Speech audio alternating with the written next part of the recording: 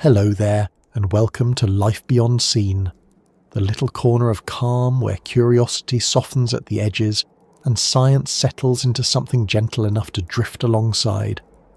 Tonight we're heading somewhere ancient, somewhere that existed long before our calendars, cities, or footprints.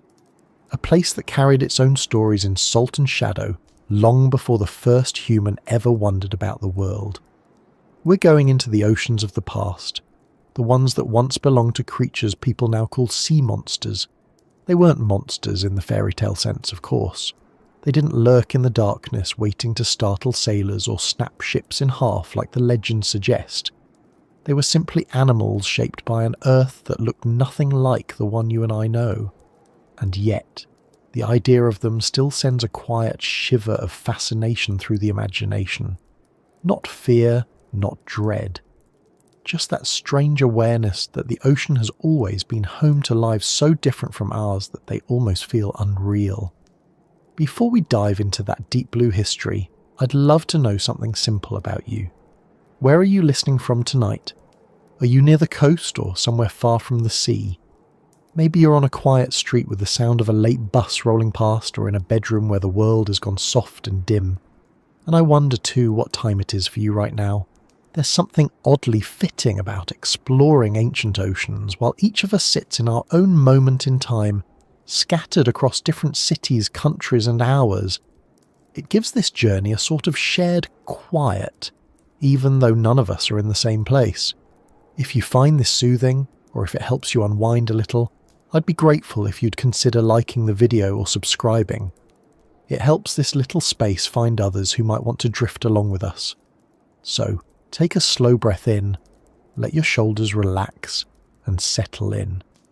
The oceans we're about to explore were vast, wild, and filled with creatures that would seem unbelievable if we hadn't found their bones. And the water itself was different.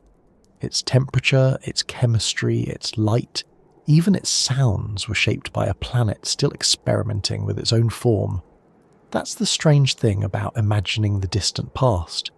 We tend to picture it as just an earlier version of what we see today, maybe with bigger creatures or slightly different coastlines.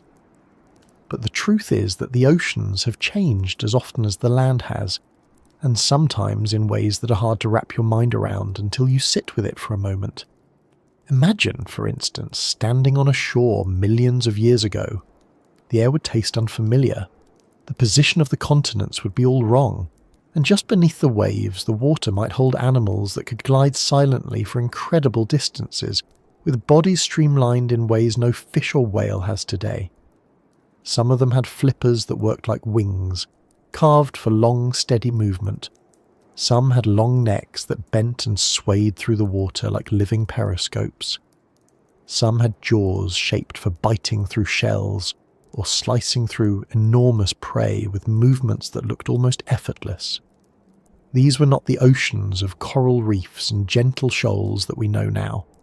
They were worlds that never stopped shifting, and the animals that lived in them changed just as quickly in order to survive. But before we talk about those animals, it's worth pausing to think about the oceans themselves. Not the stories we've imagined about them, but the real water, the real world beneath the surface. The ocean is not simply a container where animals live. It is a constantly moving body that shapes life as much as life shapes it. Temperature, salinity, oxygen levels, currents, coastlines, the depth of the sea floor, volcanic activity, the minerals drifting through each layer of water. All of these things decide what kind of creatures can exist at any given moment in Earth's history. So to understand what the ocean was like in the time of sea monsters, we have to understand the planet they lived on, because nothing in the ocean exists separately from that larger story. Millions of years ago, the Earth was warmer than it is now, much warmer. The poles weren't covered in thick ice. Some periods had no ice at all. That meant sea levels were higher and coastlines stretched far inland across places where cities and forested mountains stand today. Entire regions we now think of as dry land, plains, deserts, farmland, towns, were once part of shallow seas, warm, wide, sunlight-filled waters that created perfect conditions for large marine reptiles to thrive. The warmth didn't just exist on the surface, it soaked deeper, shaping layers of water that were comfortable for cold-blooded animals in ways modern oceans rarely are. Without ice caps, without the dramatic temperature gradients we live with today, the ancient oceans would have felt strangely even in their warmth, almost like the entire world was caught in a kind of extended summer. This steady warmth also affected ocean currents. The circulation patterns we know today are driven in part by differences in water temperature and salinity between the poles and the equator. But when the poles were warm and the global climate was more uniform, those differences were much smaller. Currents moved differently, some were slower, some were broader. Some flowed in directions that no longer make sense with the continents rearranged to their modern positions. These shifting pathways carried nutrients and life across vast distances, allowing creatures to travel and evolve in ways that wouldn't be possible now.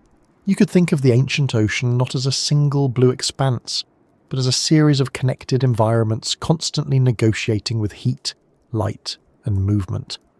The chemistry of the water played a role too. The balance of oxygen and carbon dioxide has swung back and forth countless times through history, changing the way animals could breathe underwater and how easily they could grow large. There were periods when oxygen was abundant, making it possible for marine reptiles and fish to reach enormous sizes, and there were times when certain layers of the ocean became oxygen poor, creating vast stretches of dark water where only specialized life could survive. These oxygen levels also influence the appearance of many animals. For example, when oxygen is abundant, bodies can grow thicker, muscles denser, and metabolism more efficient. When oxygen is scarce, animals must become slower, more cautious, shaped instead for endurance or survival in low-energy environments. The ocean floor was shifting constantly too. Volcanoes erupted beneath the waves. New crust formed and pushed older crust aside. Trenches deepened. Mid-ocean ridges rose. The noise alone would have been different from what we imagine. More rumbling, more crackling, more deep vibrations that travelled through water in ways our ears have never heard.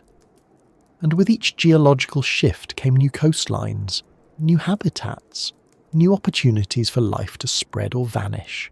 All of this matters because when we picture the so-called sea monsters of the past, it's easy to focus only on their shapes, their teeth, their size, or the way they might have moved. But those things didn't appear out of nowhere. They were answers to the oceans themselves. The bodies of these creatures were essentially shaped by the physics and chemistry of ancient seas. The water carved them into the forms that made sense for their time, much like wind shapes, dunes, or rivers shape their own beds. And just as the modern ocean shaped sharks, whales, and seals, the ancient ocean shaped plesiosaurs, mosasaurs, ichthyosaurs, and countless others that once dominated waters across the planet. If you picture one of these animals swimming, imagine the water it moved through as carefully as you imagine the creature itself. The density of the water, the warmth, the presence of plankton drifting in thick clusters, the faint light filtering down, the sound of distant currents rolling along the edges of broad continental shelves. The water was alive with more than just the big reptiles. There were ammonites spiralling through the depths with their coiled shells. There were giant fish with armoured heads and powerful jaws. There were delicate ribbon-like animals drifting near the surface, where sunlight scattered into shimmering patterns. And somewhere below all of that, in the deeper, darker areas of the sea, there were creatures that have left behind almost no fossil record because their bodies were too soft to be preserved easily. The ocean at that time was as crowded with life as it was with possibility. But even with all this life, the ancient ocean still had a quality that might surprise you. It wasn't chaotic. It wasn't a constant battle of creatures lunging at each other. Most of the time, it was calm.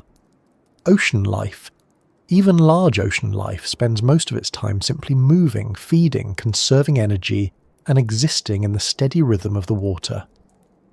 When we imagine sea monsters, we often picture them in the middle of some dramatic moment, jaws wide, fins slicing forward, tails whipping through foam. But the truth is that much of their lives would have been spent cruising through the water with a kind of practical stillness, gliding without hurry, following the paths carved by warm currents or the routes shaped by migrating prey.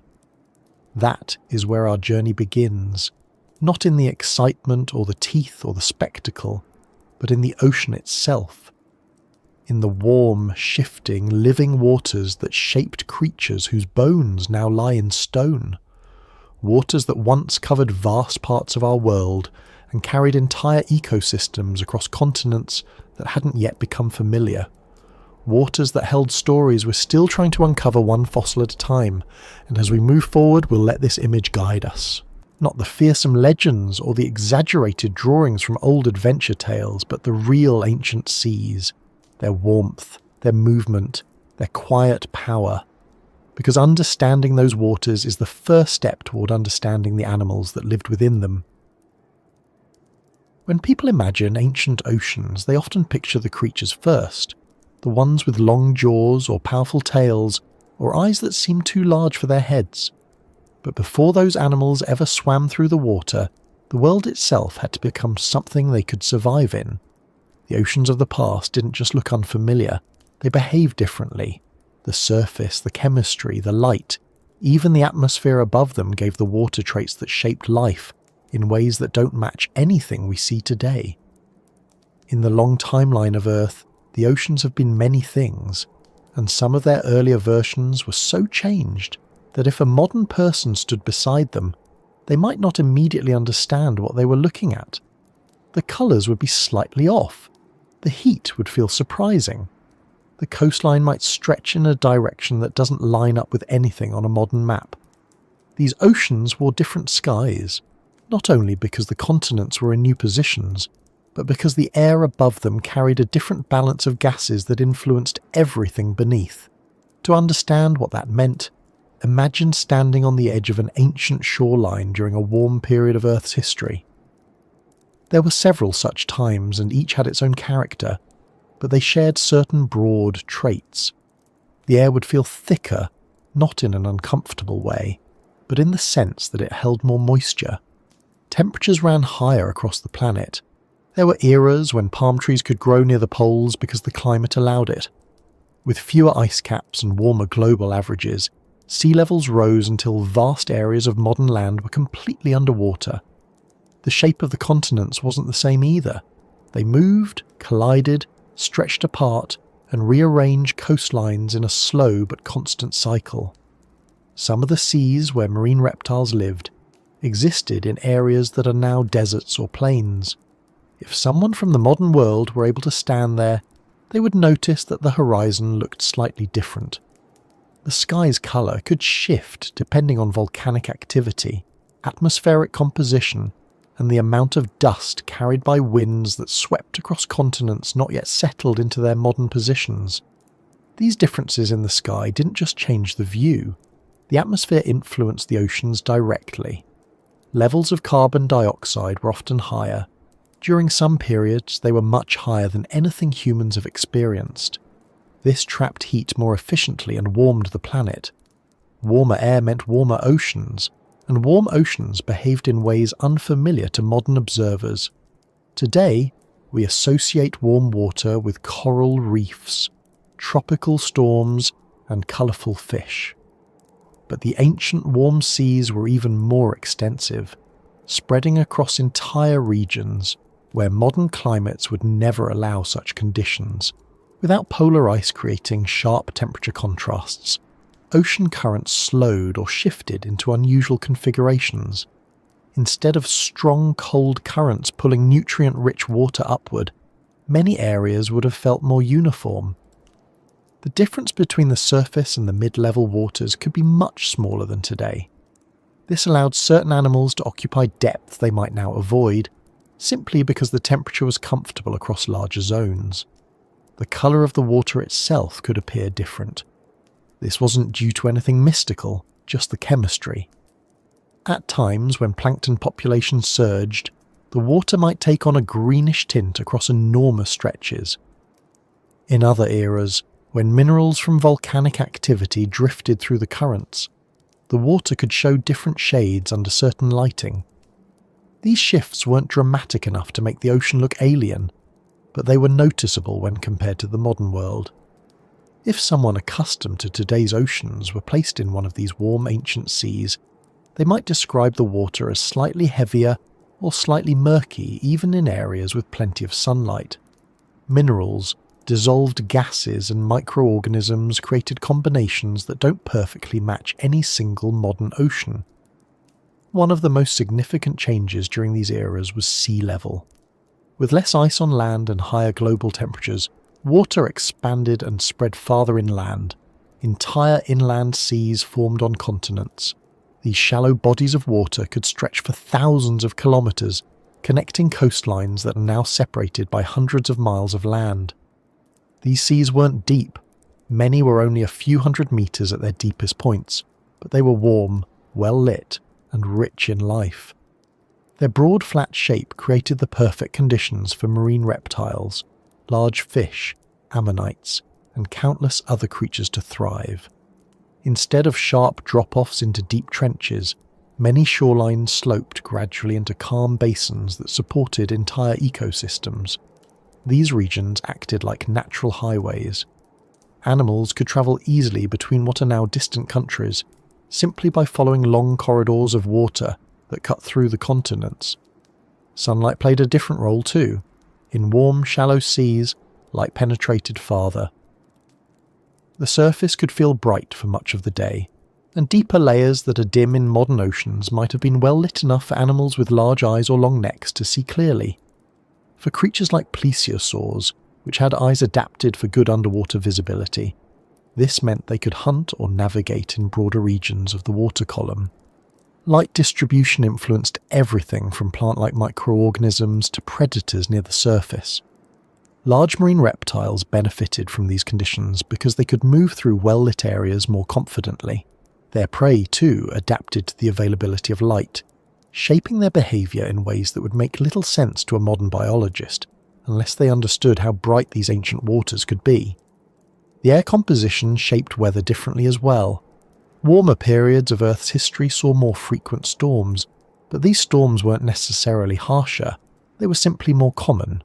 Rainfall patterns shifted across continents in long cycles, influenced by ocean temperatures and currents. This meant that runoff from rivers carried different minerals into the sea, changing nutrient levels and influencing where plankton and small animals gathered.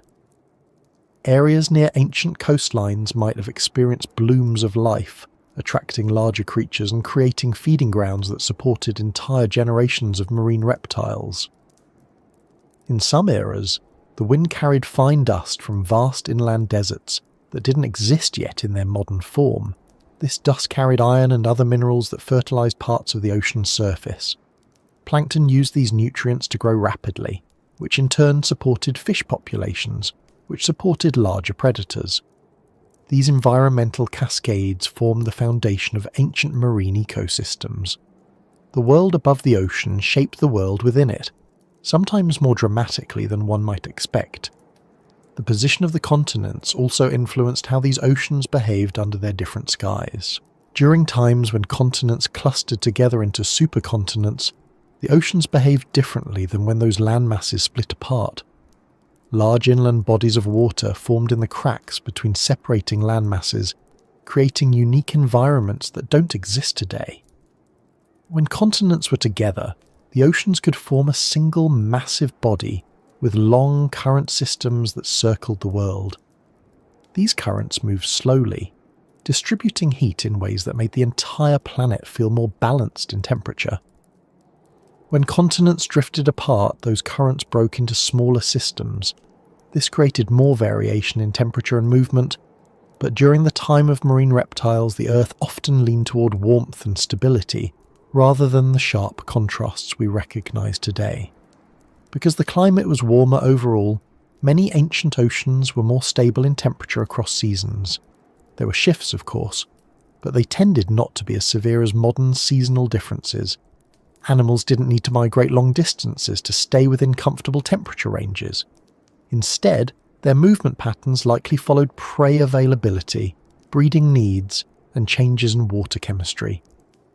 This stability might explain why so many large predators grew to impressive sizes. A steady environment supports steady food chains, and steady food chains allow animals to reach large sizes without running into sudden shortages that could threaten their populations. Even with all this warmth, ancient oceans weren't calm in the sense of being predictable. They changed constantly over long periods of time. The skies above them shifted as volcanic eruptions filled the air with ash or released gases that influenced climate. Some eruptions were so large that they altered ocean chemistry for centuries. Under these darker skies, surface temperatures dropped temporarily, creating short-term imbalances that affected marine life. Yet, in the broader timeline, the trend returned to warmth, and the creatures adapted to these cycles. Fish behaved differently under these skies as well. Some species evolved to thrive in warm, shallow seas, while others adapted to mid-level waters that stayed warm year-round. Large marine reptiles responded to these opportunities, shaping their bodies to match the environment. Ichthyosaurs, for instance, developed streamlined shapes that allowed them to move quickly through open water. Mosasaurs grew long, powerful bodies suited for hunting in warm seas with abundant prey. Plesiosaurs evolved necks of varying lengths depending on their hunting strategies, and those strategies existed because the environment offered so many different niches. Without extreme cold zones or strong thermal barriers, animals could cross vast distances without needing special adaptations for temperature shifts. The soundscape of these ancient oceans would feel unusual to a modern listener too. With different wind patterns, varying continental arrangements, and more active underwater geological features, the background noise would include deep rumbles, steady vibrations from shifting plates, and long travelling echoes. Sound carries differently in warm water. It can move faster and farther, allowing animals to detect movement over great distances. Predators might have relied on sound as much as sight, using the acoustics of their environment to track prey or navigate. The skies above these oceans also supported different kinds of airborne life. Some eras saw flying reptiles soaring above the waves, hunting fish near the surface or gliding long distances on warm air currents. Their shadows occasionally passed over marine reptiles swimming below, creating brief flickers of light on the surface. These interactions weren't dramatic, but they added another layer to the structure of ancient marine life. The sky, the surface, and the water were part of the same system, connected more closely than we sometimes realize. When we think about all these details together, it becomes easier to understand why the ancient oceans produced such remarkable creatures. The warmth, the depth, the chemistry, the movement of water and the sky overhead created conditions that encouraged life to grow large, varied, and adaptable. These oceans didn't just host animals, they shaped them at every level. Long before anything with a human face ever stood on a shore and wondered what might be swimming in the distance, the oceans were already crowded with life. Not in the way people picture them now, with familiar shapes like tuna, dolphins, sharks, or whales, but in forms that looked nothing like anything we recognize today. If you could visit one of these oceans, you wouldn't just feel out of place because of the creatures around you. The entire logic of the ecosystem would feel different. Instead of the fish you know, you'd see bodies that seemed unfinished or assembled in ways that defy modern expectations. The world before fish became the animals we name and classify today was a world full of experiments, with nature testing dozens of designs at once, only letting some survive long enough to become ancestors of the creatures we recognize now. It's easy to forget how long oceans existed before familiar fish dominated them. Tens of millions of years passed with oceans that supported completely different communities. Some of the things we consider basic today, schools of fish moving together, sharks following migrations of prey, reefs filled with vibrant activity, weren't part of these older seas. They had their own systems, their own rhythms, and their own cast of characters. When people think of prehistoric oceans, they often focus on the large marine reptiles. But even before those creatures appeared, the oceans had been building their own history through countless cycles of life and change. To understand this world, imagine starting at the surface. The sunlight above would shine onto waters full of drifting organisms that form the base of the food chain. Some of these organisms resembled modern plankton, while others were stranger. Their shapes weren't streamlined. They didn't need to be. Many simply floated, relying on water movement to bring nutrients to them. These drifting creatures supported everything above them in the chain. Their abundance or scarcity determined whether larger animals thrived or struggled. When the oceans were rich with them, life expanded. When they declined, entire groups of animals suffered. Moving slightly deeper, you'd encounter creatures that didn't fit into modern categories. Some early fish-like animals lacked jaws. Their mouths were simple openings that they used to filter food. They didn't have the mobile, powerful jaws that modern fish use. Because of this, their feeding strategies were limited. They relied on soft foods and small particles in the water. Yet despite their simplicity, these early jawless creatures dominated the oceans for a long time. They filled roles that early ecosystems needed without competing with the later jawed predators that eventually replaced them. These jawless forms came in various shapes. Some were thin and eel-like, sliding through the water with movements that looked slow but efficient. Others had armoured plates around their heads and bodies, almost as if the ocean had decided to produce creatures wearing rigid suits for protection. These plates didn't appear for decoration. They developed because the ocean, even in these early eras, had plenty of threats. Some threats were tiny, such as parasites or small predators with teeth sharp enough to pierce unprotected skin. Some threats were larger, such as early fish with bony armour of their own that used slow but forceful bites. Protection became a way to survive long enough to reproduce, so armour thrived until new forms of mobility and flexibility outcompeted it. This world also held creatures with body plans that vanished long before humans ever walked the earth. Some resembled flattened discs with undulating edges. Others had branching appendages that helped them glide or steer as they hovered above the sea floor. Many had eyes positioned in unusual places because their feeding habits required it. Some looked downward constantly. Others scanned upward. Still others had eyes on the sides of their heads so they could detect threats from both directions. The ocean was filled with animals responding to a wide variety of problems, and each solution looked different from the others. Predators existed here too, but they didn't resemble modern fish. They had jaws that were only beginning to develop, or they had specialised plates that clamped down on prey instead of sharp, flexible teeth. Their movement through the water wasn't sleek. It was deliberate, relying on methodical propulsion rather than quick bursts of speed. But they were still effective hunters. Prey animals learned to avoid certain silhouettes or stay away from the shadows of creatures drifting above them. Some prey developed thicker armour. Others evolved bodies that allowed them to bury themselves at the bottom, leaving only their eyes exposed. Camouflage also began to appear in simple forms, helping creatures avoid becoming meals. As time passed, new groups of animals entered the oceans. Jawed fish began to appear, and this changed the ecosystem dramatically. These early jawed species weren't yet like the fish familiar today. They were heavily armoured, thick-bodied, and often slow.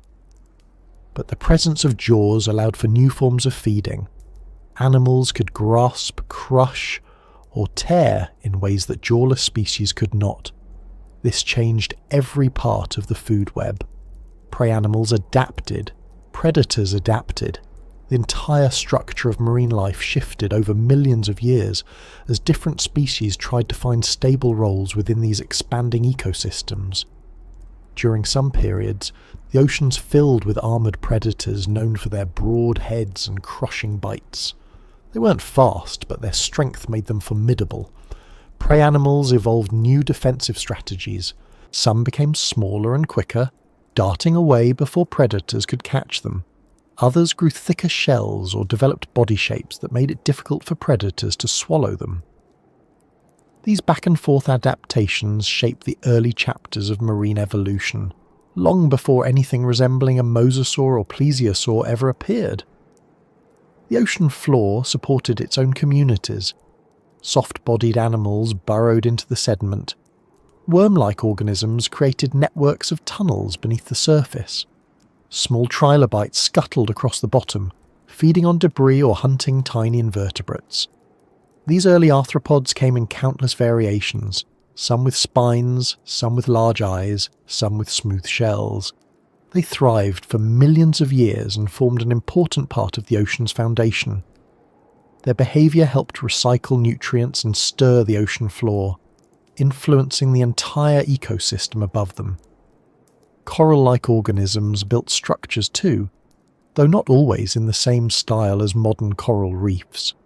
Some ancient reefs consisted of branching sponges or colonies of organisms that grew in thick mats instead of tall structures. These reefs created safe areas where smaller animals could hide. They also provided feeding grounds for fish-like creatures that grazed on microorganisms living on the reef surface. Though different in composition, these reefs played a similar role to modern ones, anchoring life in specific regions where conditions allowed organisms to gather and feed. As the oceans continued to evolve, more modern features began to appear.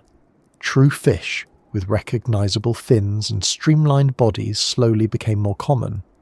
Some could swim faster than earlier creatures. Their mobility allowed them to hunt or escape with greater efficiency. But they didn't yet dominate the seas. That took time. The ancient oceans were still filled with creatures experimenting with body plans that didn't survive into later eras. Nature was still refining the shapes that worked best. Throughout these transitions, the world above the water influenced everything below it. Shifting climates altered temperatures. Volcanic eruptions changed chemistry. Rising and falling sea levels created new habitats or eliminated others. Continents moved, sometimes blocking the flow of ocean currents and forcing animals to adapt to new environments. Each of these changes created opportunities for some species and obstacles for others. The oceans were always in motion, not just physically, but biologically. When jawed fish continued to evolve, some developed powerful tail structures that allowed for bursts of speed. This shifted the balance again. Predators that could move quickly gained advantages over slower animals. Prey species responded by becoming faster or developing more coordinated movement patterns. This eventually led to the first forms of schooling behaviour, though not in the way seen today. Early schooling was a defensive adaptation, a way for prey to reduce the chance of being singled out. It wasn't as organised as modern schools of fish, but it served the same purpose. The development of teeth also changed the oceans. Instead of relying solely on crushing plates or simple gripping mouths, predators could slice. Teeth allowed for new hunting strategies. Some fish evolved sharp, needle-like teeth for catching slippery prey. Others developed broader teeth for cutting or tearing. These changes moved the oceans closer to the ecosystems people recognise now. But in this era, everything still felt experimental. Creature designs competed with each other, and only the most effective ones remained through time. The early oceans also saw the rise of animals that would eventually lead to sharks. These early forms didn't look much like the sleek, recognisable sharks of today. Some had strange fin placements or unusual body proportions. Some lacked the powerful jaws modern sharks possess. But their basic body plan, cartilaginous structure, multiple rows of teeth, strong swimming ability, began to emerge. These early sharks explored various shapes and sizes, with some growing large enough to become important predators in their ecosystems. As more advanced fish continued to evolve, the oceans reached a turning point. Fish with lighter skeletons, better fin control, and more efficient gill systems became increasingly common. Their speed and maneuverability allowed them to fill more ecological roles. Slowly, the oceans began to look more like the ones marine reptiles would later inherit. The groundwork was being laid for the ecosystems that would support enormous hunters like ichthyosaurs and mosasaurs. Even though this was a world where humans didn't exist, where no one watched from a safe shoreline, the oceans were already setting the stage for the creatures that would later capture our imaginations. The early fish learned how to thrive in environments that constantly shifted. Their shapes, behaviours, and adaptations formed the foundations of marine life as we know it. But before they became familiar, they lived through a time of constant experimentation, where nature tried out countless designs and only kept a few. When we imagine ancient seas, it's tempting to focus on the largest animals. But all those giants depended on the groundwork created in this earlier world. Without the endless refining of early fish, without the building of reefs, without the shaping forces that defined these first ecosystems, the later sea monsters could never have existed. Their world emerged from this long, complicated history, a history that built the foundations of the ocean long before anything even remotely human arrived to give those creatures names. By the time reptiles entered the oceans in large numbers, the world had already been through several major changes. Continents had shifted, climates had warmed, and ecosystems had expanded in ways that allowed new groups of animals to take advantage of the open water.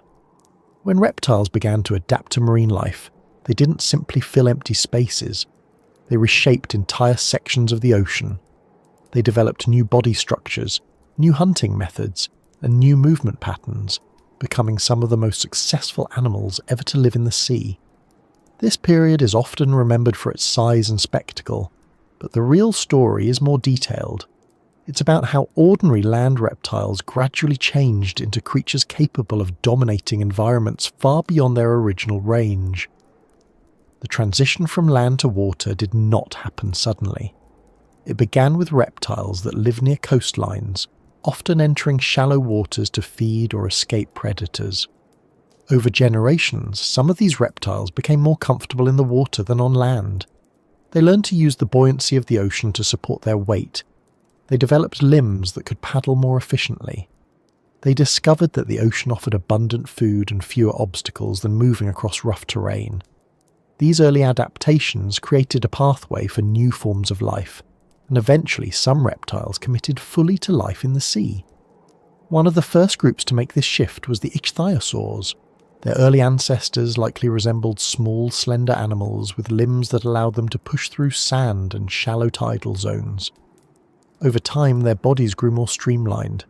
Their limbs flattened and widened into flipper-like structures. Their tails strengthened into powerful vertical shapes capable of producing strong propulsion.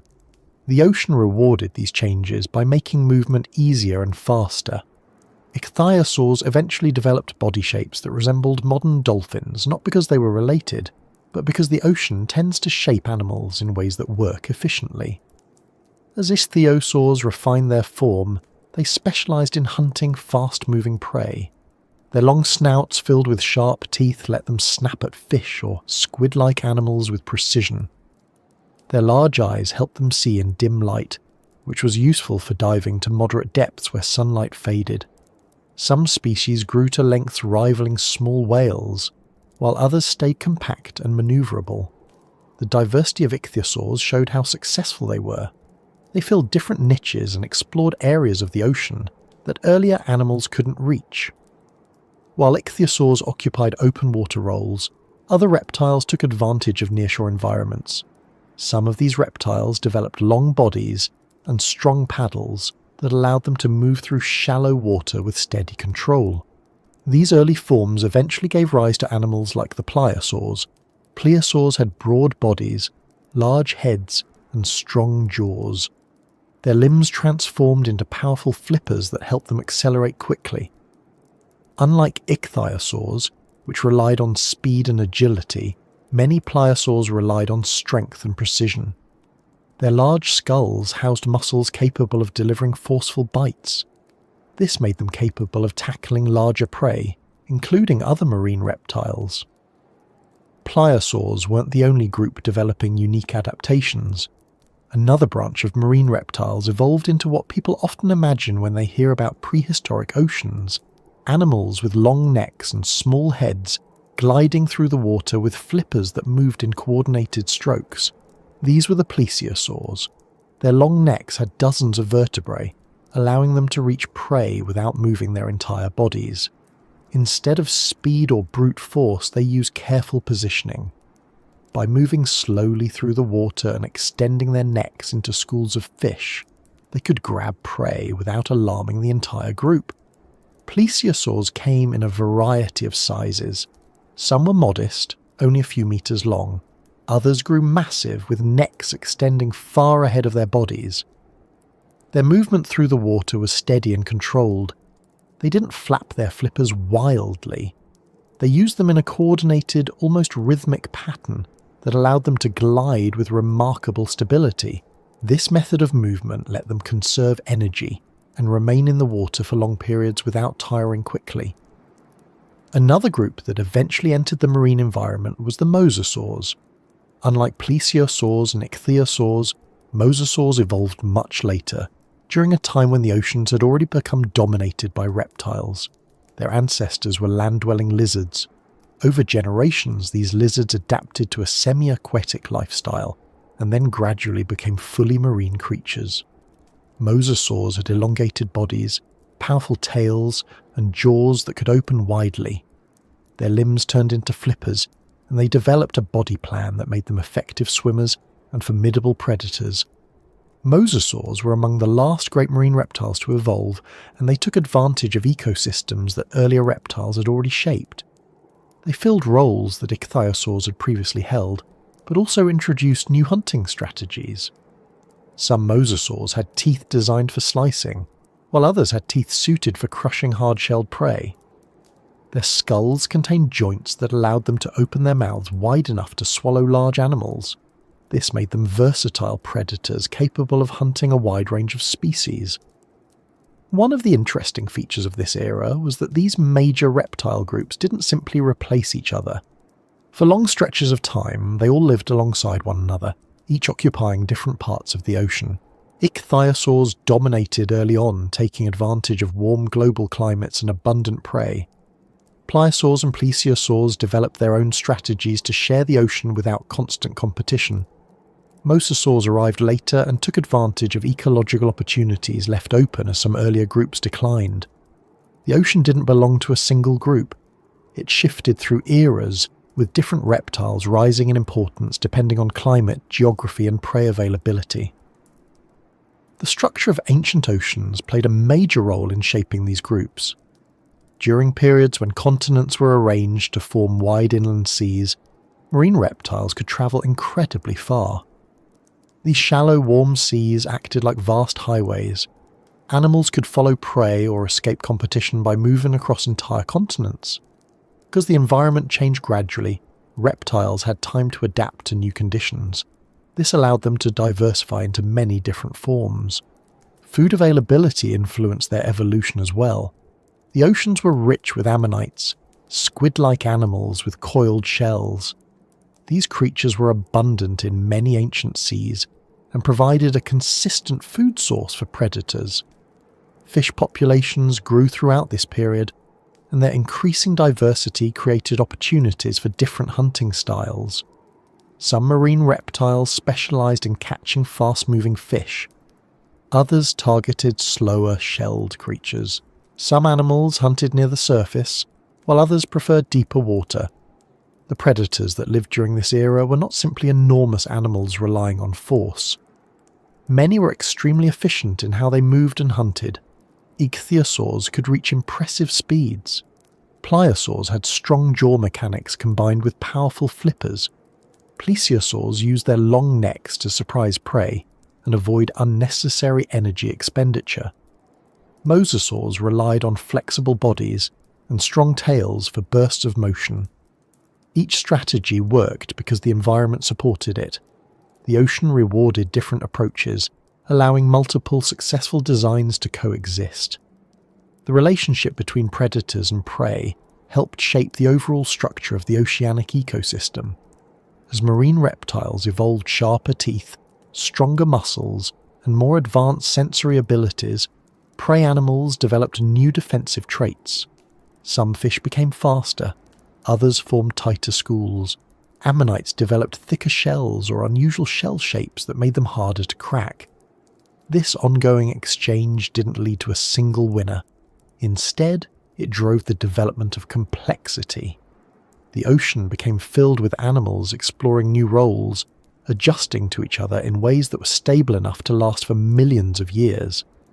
Marine reptiles didn't only dominate through physical power, they also adapted in other ways. Some species developed advanced reproductive strategies. Ichthyosaurs, for example, gave birth to live young. This meant they didn't need to return to land to lay eggs, allowing them to spend their entire lives in the water. This advantage let them occupy regions that would have been impossible for animals that needed dry ground. Other species developed strong sensory organs.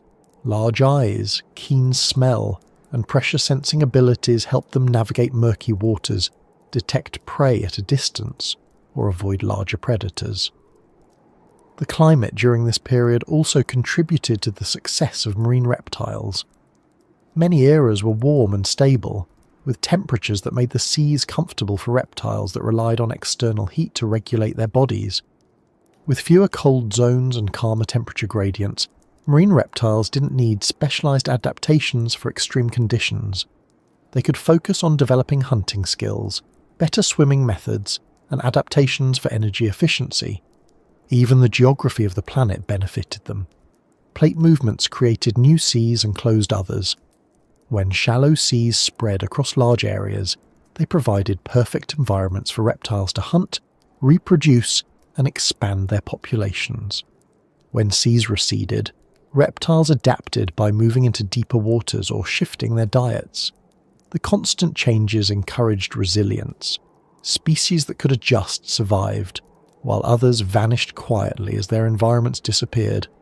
These reptiles filled the oceans for tens of millions of years. They became as familiar to their world as fish and whales are to ours. Their presence influenced the behavior of other animals. Their hunting strategies shaped ecosystems. Their travel patterns affected the movement of prey species. Their bodies left fossils that helped scientists piece together an era when the ocean was ruled by creatures with scales instead of fins, lungs instead of gills, and evolutionary paths shaped by land but perfected by water. And as this age continued, these reptiles spread into every part of the sea that offered enough resources.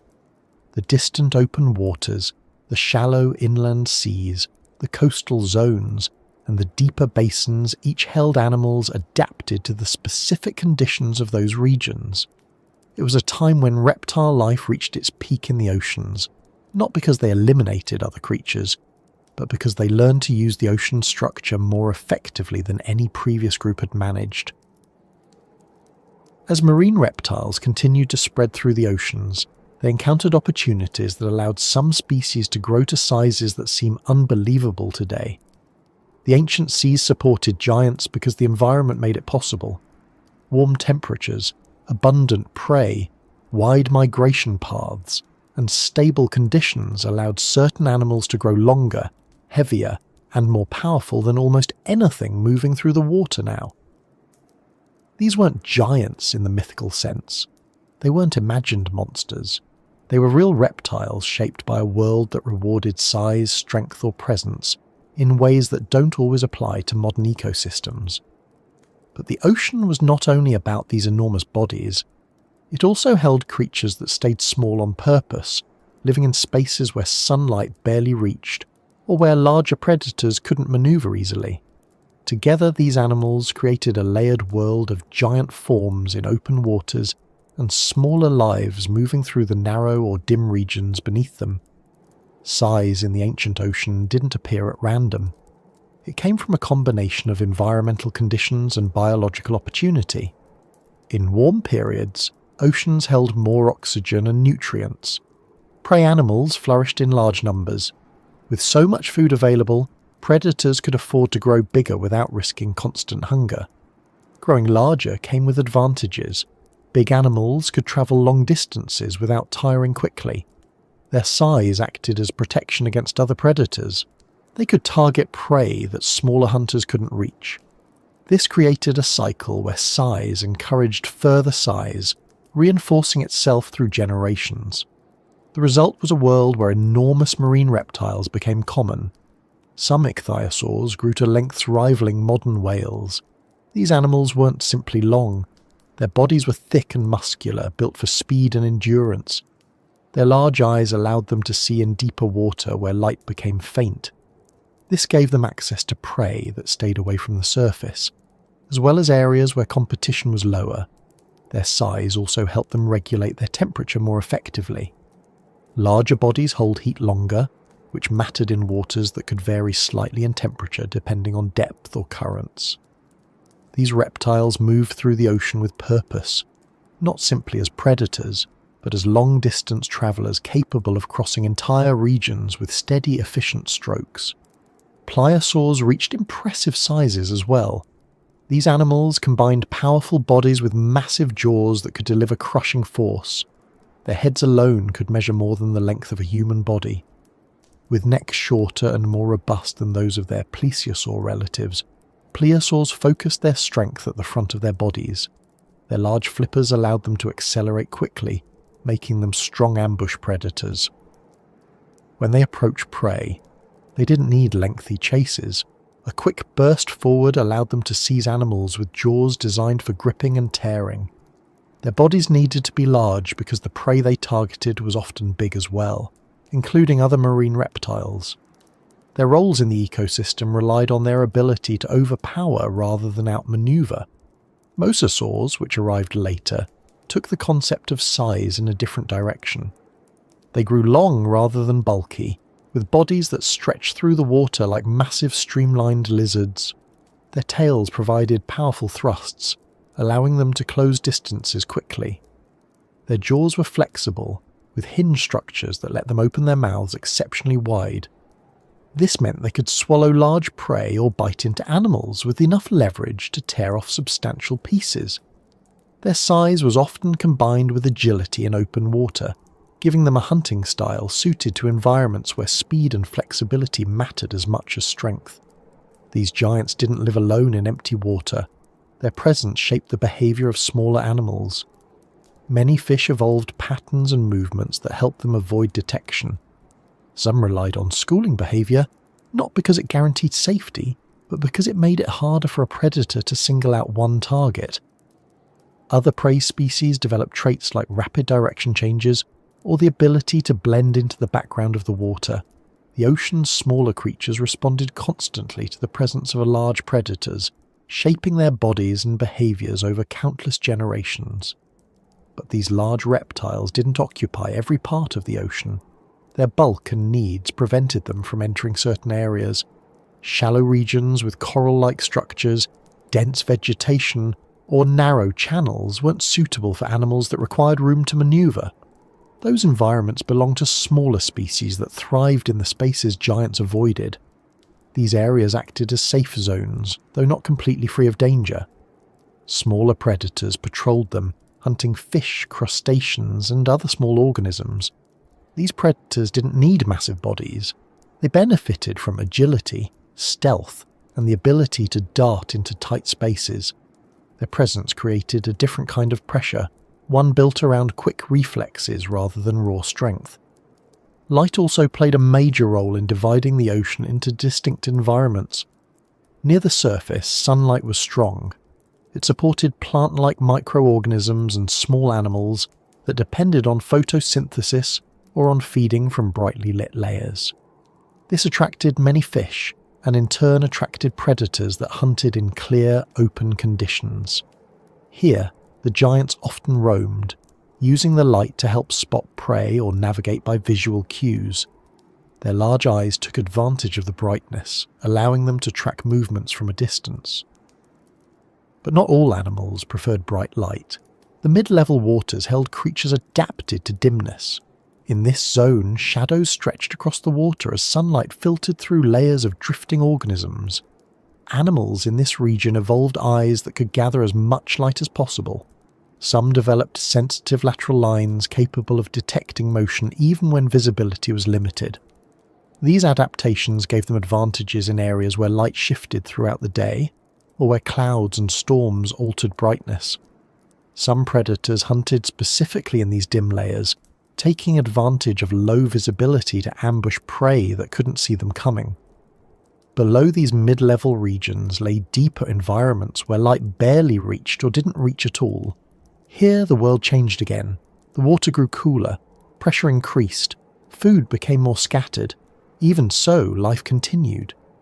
Some fish evolved shapes suited to slow, energy-efficient movement. They didn't need to move quickly. They needed to conserve energy in a region where meals were less predictable. Some small marine reptiles might have descended into these depths occasionally, though few could stay long due to the pressure and cold. The creatures that lived here often had eyes adapted to faint light, or even relied on senses other than sight. These deeper regions created a form of balance in the ecosystem. They provided shelter for certain animals that didn't fit into the fast-moving world above. They also served as places where organic material from the upper layers drifted downward, providing a slow but steady food supply for scavengers. Even though the giants dominated the open waters, the ocean always maintained layers where different types of life could thrive without constant threat from larger predators. Some giants also adapted to hunt near the surface at night. Many marine reptiles likely engaged in vertical movement depending on conditions. During the day, when prey might hide deeper to avoid predators, these reptiles could travel below the light zone to search for food. At night, prey often rose toward the surface in one of the largest animal migrations on Earth, even in ancient times. This daily movement of animals changed the availability of food depending on the hour, and large reptiles likely adjusted their habits to follow these patterns. Hunting in dim or changing light required different strategies. Instead of relying solely on vision, predators might have used bursts of movement to surprise prey, or followed chemical signals in the water. Another factor in the ancient oceans was the presence of shadows cast by large animals near the surface. To smaller creatures, the silhouette of a large reptile moving overhead meant danger. Many prey species evolved the ability to sense these shadows and respond with quick dives or shifts in direction. This constant interaction between predator shadows and prey movement shaped the daily life of the ocean. The surface zones were not places of calm safety. They were fields of constant negotiation between those that hunted and those that tried to escape. Giants weren't limited to hunters. Some large marine reptiles fed on smaller prey or engaged in filter-feeding behaviours. These animals grew large because the ocean supported them with abundant small organisms. Their size allowed them to process large amounts of water or sift through rich patches of plankton or small animals. This behaviour differed significantly from the dramatic hunting scenes often associated with ancient oceans. Many of these giants spent much of their time moving slowly through fertile regions, gathering food in a steady and consistent way. Even with all this variety, size didn't guarantee dominance everywhere. Smaller predators had their own advantages. They could hide, ambush, or chase prey through areas that large reptiles avoided. They used speed instead of power. Their agility allowed them to survive in environments where size would become a disadvantage. These smaller carnivores played essential roles in controlling populations of fish, crustaceans, and other organisms. Their presence ensured that the food chain remained balanced and that larger predators had a stable supply of prey. Life in the ancient oceans was a constant interplay between scale and environment. The openness of the water invited size. The complexity of coastal and mid-level zones invited smaller shapes. Light created gradients that divided habitats by visibility. Depth created gradients that divided habitats by pressure and temperature. This combination allowed many species to coexist without overwhelming each other's niches. The giants of the deep weren't isolated wonders. They shaped everything around them, but they also relied on the rest of the ecosystem. They depended on prey populations, light conditions, water temperature, and the behaviour of smaller animals. Their size came from opportunities created by the world they lived in. Without the abundant life beneath them, they wouldn't have been able to grow so large. And the ocean, with its shifting layers and constant movement, continued to support these giants while also sheltering countless smaller species. This balance between enormous predators in open water and smaller animals hiding in dimmer layers created a world with depth, variety and complexity that defined the age of marine reptiles. It formed a foundation that set the stage for everything that would come next.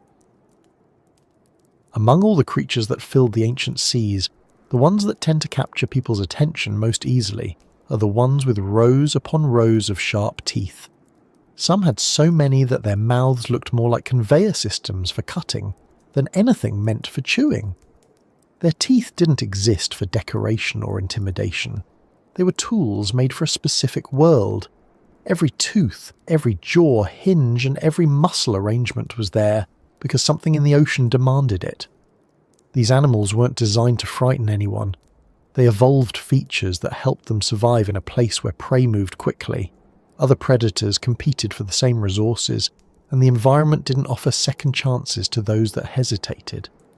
The oceans during the age of marine reptiles were filled with creatures whose diets required different approaches. Some prey had thick shells, some had slippery bodies, some moved in bursts of speed, while others clung to the seafloor. Because of this variety, predators didn't all use the same hunting strategies. They adapted to particular challenges. That's why so many of these reptiles ended up with a seemingly excessive number of teeth. Each tooth played a role, and the arrangement of those teeth told a story about how these animals lived. Take ichthyosaurs, for example. Their teeth line their jaws in rows that seem like endless repeating patterns. They needed them because their prey, mainly fish and squid-like animals, required precision. These animals moved quickly and unpredictably. Sharp, closely packed teeth allowed ichthyosaurs to snap their jaws shut with accuracy. Their snouts narrowed into elongated shapes that let them cut through water without resistance. Their teeth didn't need to be huge. They needed to be numerous and sharp, so that even if they missed slightly, they could still catch part of their target and pull it in. Their jaws were connected to strong muscles that allowed quick snapping motions. This wasn't about crushing. It was about gripping small, fast prey tightly enough to prevent escape. In a world where prey could dart away in an instant, missing a single hunt could mean going hungry longer than was safe. Ichthyosaurs relied on efficiency, and their teeth reflected that. They weren't wasteful hunters. They were specialists designed for continuous, precise feeding in open waters. Pliosaurs, on the other hand, took a different approach. Their teeth were larger, more widely spaced, and suited for grabbing animals with thicker bodies. Their jaws needed to withstand tremendous force, so their teeth anchored deeply into robust skulls supported by strong neck muscles. These animals often engaged with prey that struggled violently, sometimes including other marine reptiles. Their teeth didn't need to be as numerous as those of ichthyosaurs. They needed to be strong enough to maintain a grip during powerful thrashing. These jaws worked more like clamps than quick-strike tools. When a pliosaur bit down, the goal wasn't simply to catch. It was to overwhelm the prey's ability to escape. Some pliosaur species developed a very pronounced tooth curvature. This curvature helped them hold on to prey more effectively, since it directed struggling animals inward rather than allowing them to slip free. This design was especially useful when hunting large prey that could twist or push back. And because these predators relied so heavily on brute force, their teeth had to withstand the pressures of heavy bites. The entire structure of their skulls reflected this need. Strong bite mechanics required reinforced bones, angled muscle attachments, and deep jaws lined with teeth shaped for penetrating thick surfaces. Another major group that contributed to the reputation of ancient oceans as places full of toothy predators was the mosasaurs. Their teeth weren't only sharp, they grew in sockets that allowed them to be replaced regularly. This kept their bite effective even after teeth were lost during hunts.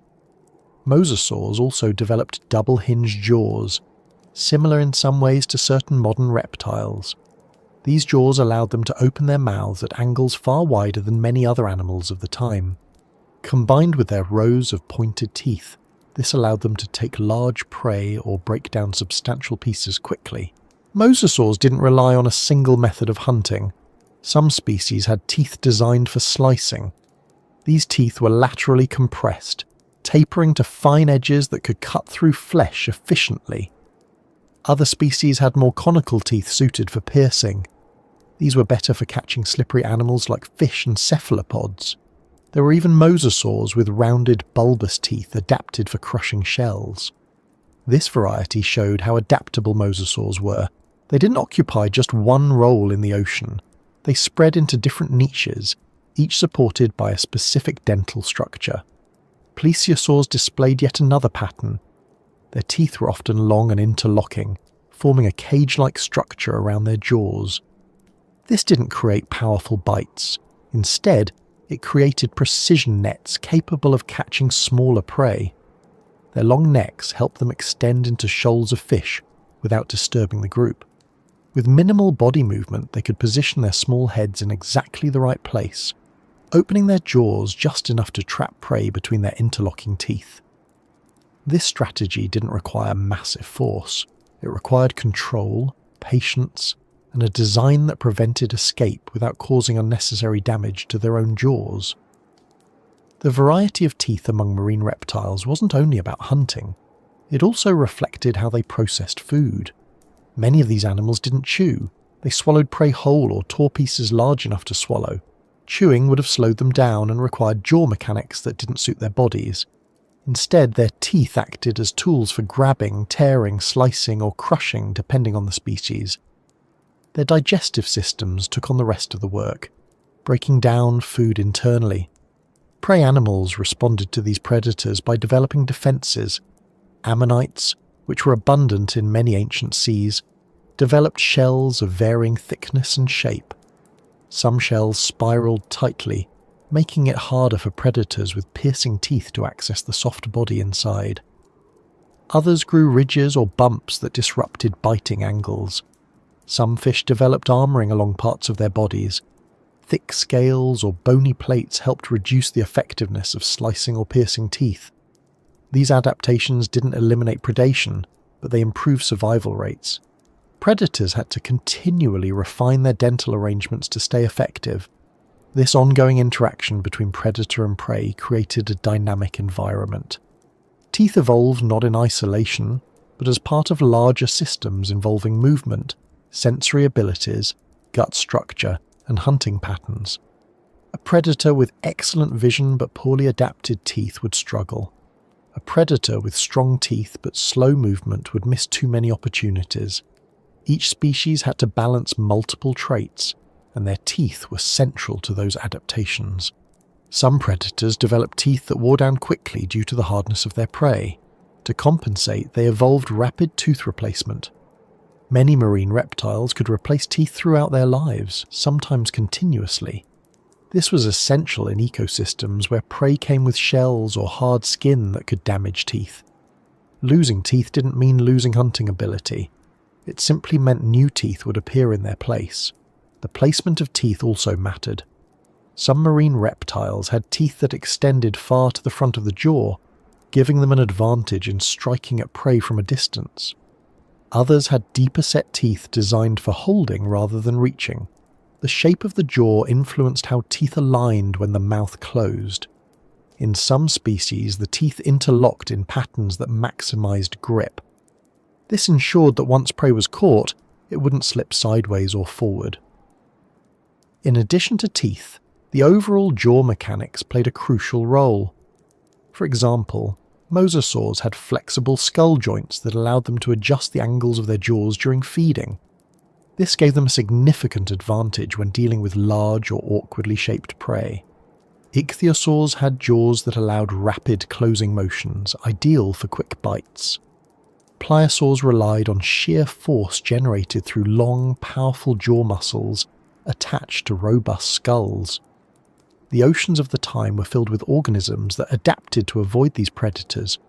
Some prey animals relied on speed. Others relied on camouflage. Some used schooling behavior to reduce individual risk. These strategies didn't only influence behavior, they influenced anatomy. Streamlined shapes protected prey from predators with slicing teeth. Flattened bodies helped animals hide near the seafloor. Bright patterns or reflective scales created confusion in light-filled waters, disrupting the aim of predators relying on sight. Not all creatures with many teeth were large. Some smaller predators also developed rows of teeth suited for their diets.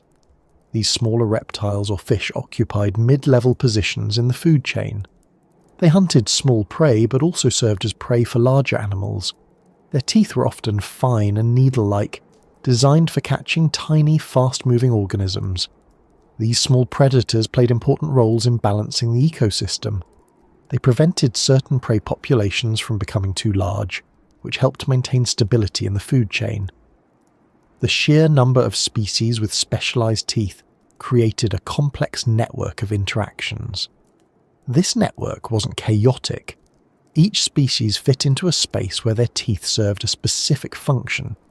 Changes in environment or prey availability could shift these roles slightly, but the overall system remained balanced for long periods. The diversity of teeth reflected the diversity of life in the oceans. Even the birth and growth of these animals played into the structure of their teeth. Young marine reptiles often had different teeth than adults. Juvenile teeth tended to be smaller and more numerous. As the animals matured, their diets expanded and their teeth evolved accordingly. This allowed young animals to occupy different niches than their parents, reducing competition between generations. Teeth also help scientists today understand what the ancient oceans were like. Fossils preserve teeth more reliably than many other bones. Because teeth are hard and durable, they often remain intact even when the rest of the skeleton has decayed. By examining teeth, scientists can determine diets, hunting methods, and even some environmental conditions. Wear patterns reveal what types of prey were most common. The shape and size of teeth indicate how animals fed and what they likely avoided. The creatures with too many teeth earned that description not because their mouths were excessive, but because their world required those adaptations. In the oceans of the past, the interaction between prey and predator was constant. Every adaptation mattered. Every advantage increased survival chances. Teeth were central to that process, reflecting millions of years of environmental pressure and biological experimentation. Far below the giants and the smaller hunters, past the drifting layers where sunlight loses its strength, past the depths where only the faintest glimmer reaches, the ocean floor of the ancient world was constantly shifting. It didn't sit still as a quiet backdrop. It moved in slow but powerful ways that shaped everything above it. The bottom of the sea was not a fixed foundation. It behaved like a restless surface, expanding in some places, sinking in others, cracking open, pushing outward and pulling inward. And every one of these movements influenced the creatures living in the water above. The ocean floor during the age of marine reptiles wasn't the familiar map we see on globes today. Continents were still drifting into their modern positions. Huge sections of land were submerged beneath shallow seas. Ridges and trenches continuously formed and disappeared. Volcanic activity occurred not only on land but also deep under the water. These movements didn't happen quickly, of course. They unfolded over millions of years, slow enough that none of the animals living there would have recognized change within their lifetimes. But on the scale of Earth's history, the changes were continuous. That steady motion shaped coastlines, changed the depth of seas, influenced temperature patterns, and shifted the flow of nutrients. This constant motion came from processes happening within the planet's crust. Plates moved against each other. Some spread apart, forming ridges where new crust appeared. Others collided, pushing down into the mantle or rising to create mountains.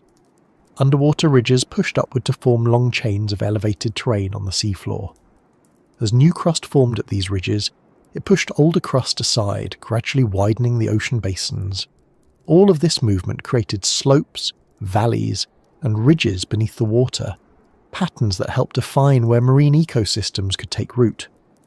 One of the most influential forces came from volcanic activity. Underwater volcanoes erupted constantly during certain periods, releasing heated water, minerals, and gases. These eruptions didn't resemble the explosive events people imagine on land. Many of them were slow and steady, producing pillow-like structures as lava cooled rapidly upon contact with seawater. These volcanic regions created hot, mineral-rich conditions that supported unique ecosystems. Microorganisms living near underwater vents used chemical energy instead of sunlight, forming the base of food webs distinct from those in surface waters. These hydrothermal areas attracted small organisms and eventually larger ones that fed on the life growing around the vents. Although these communities existed far from the regions where giant marine reptiles hunted, they still connected to the broader system. The nutrients released from these volcanic areas spread outward through the water column, feeding plankton that drifted upward or outward to feed fish and other prey species. In the long chain of interactions, volcanic regions helped fuel the productivity of entire oceans. The seafloor also influenced the paths of ancient currents. Ridges, trenches, and plateaus affected how water moved. In many ancient seas, the depth wasn't uniform. Wide, shallow areas near coastlines allowed sunlight to reach the bottom, creating environments where algae, sponges, and various small organisms could thrive. Deeper regions channeled cold or nutrient-rich water along pathways sculpted by the terrain. Currents followed these contours much like rivers follow the shape of land. This movement transported nutrients and organisms from one region to another, supporting ecosystems separated by great distances. As plates shifted, entire shallow seas formed and disappeared. These seas often covered land regions that had once been dry. When the sea flooded an area, new habitats appeared almost instantly. Marine reptiles and fish moved in, taking advantage of fresh feeding grounds. When these shallow seas drained again due to tectonic changes or shifts in sea level, the ecosystems vanished, leaving behind fossils that would eventually be discovered on land. Many fossils of marine reptiles have been found far from modern coastlines for this reason. They lived in oceans that no longer exist, on seafloors now raised high above the water. Movement of the ocean floor also contributed to the rise and fall of marine species. When underwater ridges expanded, they displaced large volumes of water. This sometimes raised global sea levels. When collisions between plates created new mountains, sea levels dropped as more land rose above the water. These changes reshaped coastlines. They created new migration routes or blocked existing ones. When certain corridors widened, species could travel between different ocean systems. When they narrowed or disappeared, populations became isolated and evolved independently. During the age of marine reptiles, the presence of long inland seas created by shifts in the seafloor played a significant role in their dominance. These seas, often warm and shallow, spread across parts of continents where modern climates would never permit such environments. They served as safe, resource-rich areas where marine reptiles could feed, breed, and migrate without venturing into deep open ocean. The seafloor shaped these seas, determining where reefs formed, where sediment accumulated, and where nutrients collected. The deposition of sediment along the seafloor also affected marine life. Rivers carried soil and minerals from land into the sea, forming deltas, sandbars, and muddy basins. These sedimentary environments supported a wide variety of organisms. Some marine reptiles hunted here, feeding on fish and smaller reptiles that thrived in these nutrient-rich areas. Others avoided them because the shallow waters limited mobility for large bodies. The shape of the seafloor decided which creatures could live comfortably in certain regions and which ones needed to stay in deeper or more open areas. Even the soundscape of the ancient ocean depended on the seafloor. Movement of tectonic plates caused rumbling that travelled through the water as long, low vibrations. Underwater earthquakes, though rare on human timescales, occurred frequently over millions of years. These events helped shape trenches and basins that directed sound in different ways. Marine reptiles with sensitive hearing could detect distant movements in the water, though they likely didn't understand the tectonic sources behind the vibrations. Still, the sound of shifting plates and volcanic eruptions would have been part of the background noise of their world.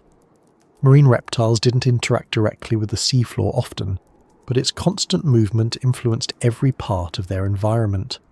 When a new ridge formed, it changed the depth of the surrounding area. When sediment accumulated, it created a shelf where new prey species could thrive. When volcanic vents opened, they added minerals to the water that supported plankton blooms. Every motion beneath their flippers, no matter how slow, shaped the conditions that determined which species thrived. Some marine reptiles adapted to environments influenced by these changes. In shallow areas, reptiles with long necks and careful swimming patterns found plenty of feeding opportunities. Their ability to maneuver gently allowed them to reach into cracks, vegetation, or schools of fish hiding among underwater features. In deeper areas, swift predators with streamlined bodies roamed in pursuit of fast-moving prey. These hunters relied on the open water created by the shifting seafloor, taking advantage of deep basins and wide channels. The seafloor's movement also contributed to climate patterns. When large regions of the ocean floor opened up or expanded, they affected the circulation of warm and cold water. This in turn influenced global temperatures. Warm periods helped reptiles flourish across the oceans. Cooler periods altered prey distribution and forced some species to migrate or adapt. Though the animals didn't know it, these changes were tied to the shifting crust beneath the water. Reefs played a significant role as well. Ancient reefs weren't always built by corals as we see today. Some reefs formed from sponges or other organisms that created rigid structures. These reefs relied on the stability of the seafloor. When tectonic activity lowered or raised certain areas, reefs grew or died accordingly. Their presence created habitats for smaller fish and invertebrates.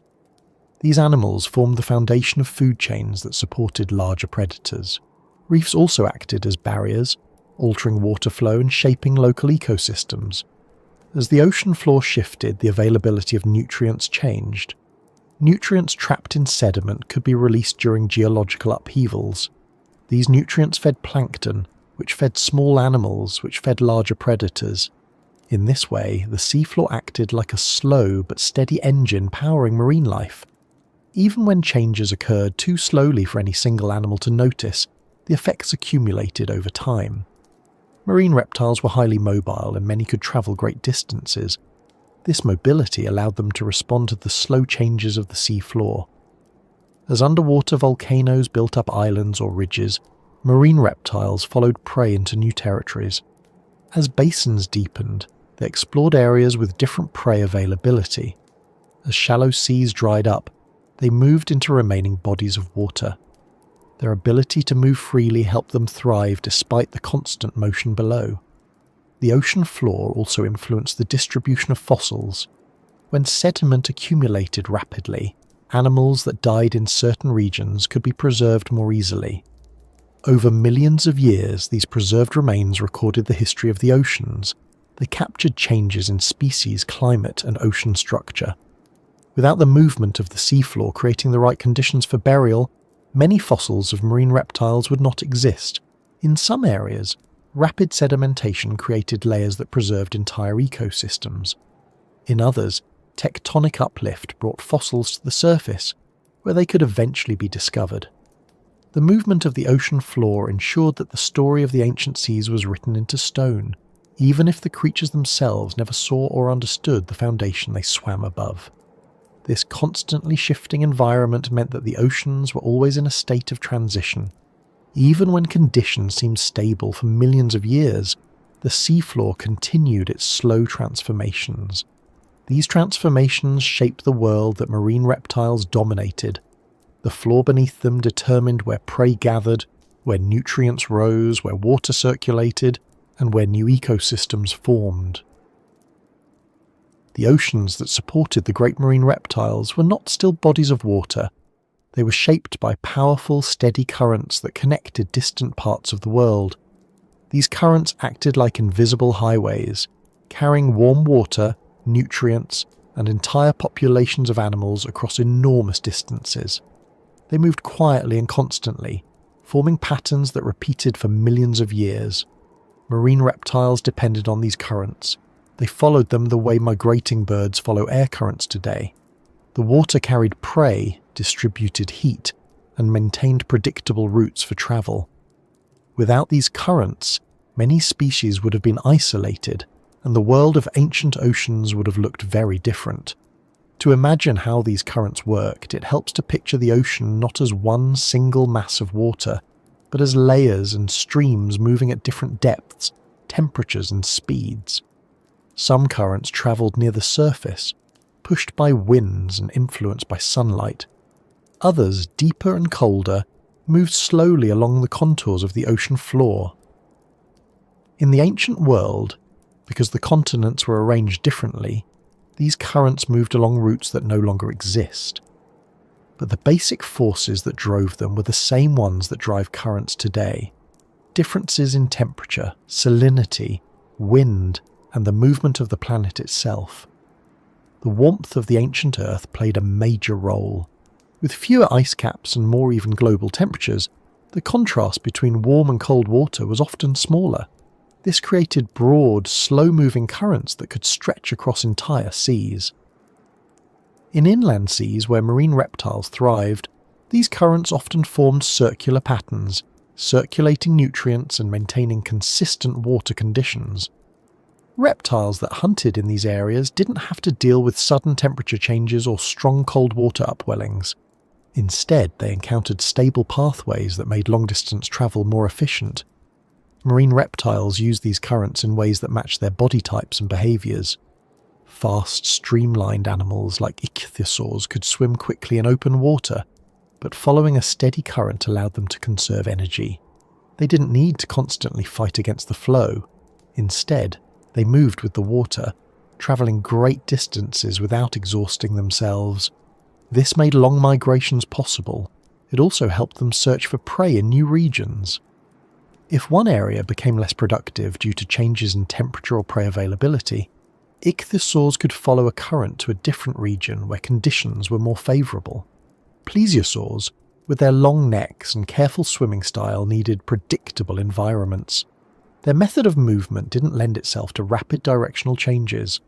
The steady flow of currents let them travel without needing sudden bursts of speed. By staying within the main routes, they avoided areas where water moved chaotically or where swirling patterns made hunting more difficult. Their survival depended not only on the prey available, but also on the stability of the environment. Currents provided that stability by maintaining consistent temperature and movement patterns. Mosasaurs, which arrived later, also took advantage of these currents. Their flexible bodies and powerful tails made them strong swimmers, but even strong swimmers benefited from following the pathways created by moving water. In some regions, currents carried large schools of fish or cephalopods. Mosasaurs would follow these currents seasonally, taking advantage of temporary surges in prey abundance. Their ability to adapt to different prey types made them versatile hunters, and the currents helped distribute these food sources across large distances. The prey animals themselves often depended on currents. Many small creatures drifted passively, moving wherever the water carried them. Some fish species laid eggs that floated in the water, hatching far from their original location. This helped populate far-off regions and created food sources for predators along the way. Ammonites, which were common in these ancient oceans, used the movement of water to travel.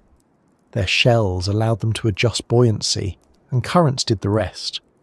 This meant that predators that hunted ammonites had to track the water, not just the animals. Nutrients also travelled along these currents. Plankton, the foundation of many food chains, relied on nutrient-rich water that rose from deeper layers or moved from coastal regions. When currents brought these nutrients into open waters, plankton bloomed. These blooms attracted fish. Fish attracted predators. Entire food webs followed the patterns of water movement. Marine reptiles didn't need to understand the chemistry behind it. They simply responded to the presence of prey. Their instincts guided them along the same pathways year after year, generation after generation. These currents didn't always remain the same. The movement of continents changed their courses over millions of years. When land masses shifted, they created new pathways or closed existing ones. These changes forced marine life to adapt. Some species moved into new regions, others declined. The flexibility of marine reptiles depended on the predictability of water movement, but they also had to adjust when those patterns shifted. Their success came from their ability to sense change and respond without needing specialized adaptations for every new condition. In inland seas, currents followed different rules. These seas were isolated from the broader ocean by land barriers. Their size and shape determined how water circulated inside them. Some inland seas had slow, circular currents that carried warm, nutrient-rich water across vast, shallow areas. These regions often became hotspots for marine reptile activity because they supported abundant prey. Other inland seas developed layering, with warmer water near the surface and cooler water below. Marine reptiles used these layers based on their needs. Some hunted near the warm upper layers, others ventured into slightly cooler regions where certain prey preferred to gather. Even in shallow inland seas, the shape of the seafloor and the arrangement of coastlines influenced water movement. Narrow channels created faster currents. Wide open areas allowed slower, steady flow. Reptiles that hunted in these regions learned to use these patterns. They positioned themselves where prey was likely to travel, often near the edges of currents where moving water met stiller areas. These boundaries attracted schools of fish because small organisms tended to cluster there. Predators learned that these zones offered greater feeding opportunities. The deeper parts of oceans had their own currents. These moved slowly, following the contours of underwater mountain ranges and trenches. While most marine reptiles hunted near the surface or in mid-level waters, some might have ventured deeper, following prey, or navigating through cooler regions during certain times. The deep currents carried nutrients upward occasionally, replenishing mid-level zones and supporting the ecosystem. These upward movements weren't dramatic.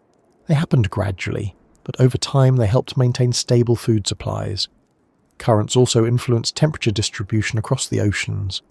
Warm water moved from equatorial regions toward the poles, flattening temperature differences during certain ancient eras. This allowed reptiles to inhabit regions far from what would later become cold zones. Some marine reptiles extended their ranges into areas that now lie close to the modern Arctic Circle. They didn't travel there seeking extreme conditions. The water was warm enough to support them because currents transported heat across large distances. The interaction between currents and climate formed a feedback loop. Warm periods strengthened certain current patterns. Cool periods altered them. These shifts affected migration routes, prey abundance, and population distributions. Marine reptiles responded without understanding the broader forces at work. They followed the water, sensing changes in temperature or prey availability. Their ability to migrate efficiently helped them endure long-term environmental changes. Some species became highly specialized in following seasonal patterns. Prey populations sometimes moved in cycles tied to temperature, reproduction, or nutrient availability. Marine reptiles adapted to these cycles by establishing regular routes. This allowed them to arrive in the right places at the right times. Their bodies supported these long migrations. Strong flippers, powerful tails, streamlined forms, and efficient breathing systems enabled them to travel long distances without frequent rest.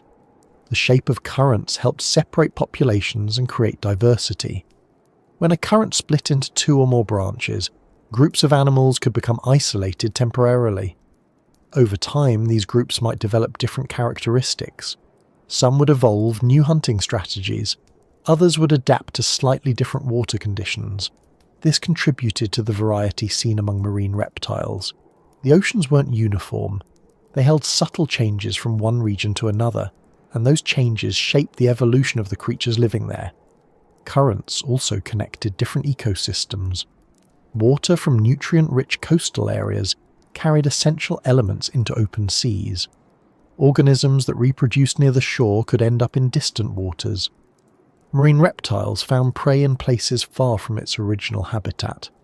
This connection allowed ecosystems to remain productive even when certain regions experienced declines. As long as currents continued to move, food supplies shifted rather than disappearing completely. Storms interacted with these currents as well. When strong winds pushed surface water in one direction, deeper water rose to replace it. This brought nutrients upward and stirred organisms into new positions. Marine reptiles sometimes took advantage of these events. After a storm, prey might gather in unusual areas, disoriented or relocated by the turbulence. Predators learned to search these areas, taking advantage of temporary changes in prey distribution. In regions where currents funneled into narrow passages between land masses, water speed increased. These areas became important hunting grounds. Prey concentrated there because the moving water carried food to them. Predators recognized that these choke points offered consistent feeding opportunities. They patrolled these regions regularly, using the predictable flow of water to locate prey. The structure of the land and the motion of the water worked together to create hotspots of activity. Even the reproduction of certain animals was tied to current patterns.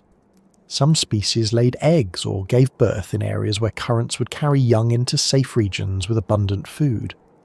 The ocean did the work of dispersal.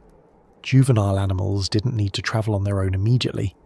They drifted along currents that took them to places where they could grow with minimal risk from larger predators. In this way, the currents of the ancient oceans acted as a hidden framework shaping the entire marine environment. They connected habitats, distributed life, influenced temperature, and maintained predictable routes used by creatures of all sizes. Marine reptiles did not exist apart from these patterns. They were part of them. Their lives unfolded in a world where the movement of water mattered as much as the movement of animals. Far beneath the zones where marine reptiles hunted, past the shifting layers where daylight weakens into a muted haze, there existed a realm that most of those large creatures rarely entered. The deep parts of ancient oceans weren't empty or lifeless, but they were far quieter than the surfaces above. They formed a world shaped by pressure, darkness, slow movement, and subtle patterns that few animals could sense or navigate. Even though it was distant from the dramatic hunts happening close to the light, this deep region still played an important role in the structure of the oceans.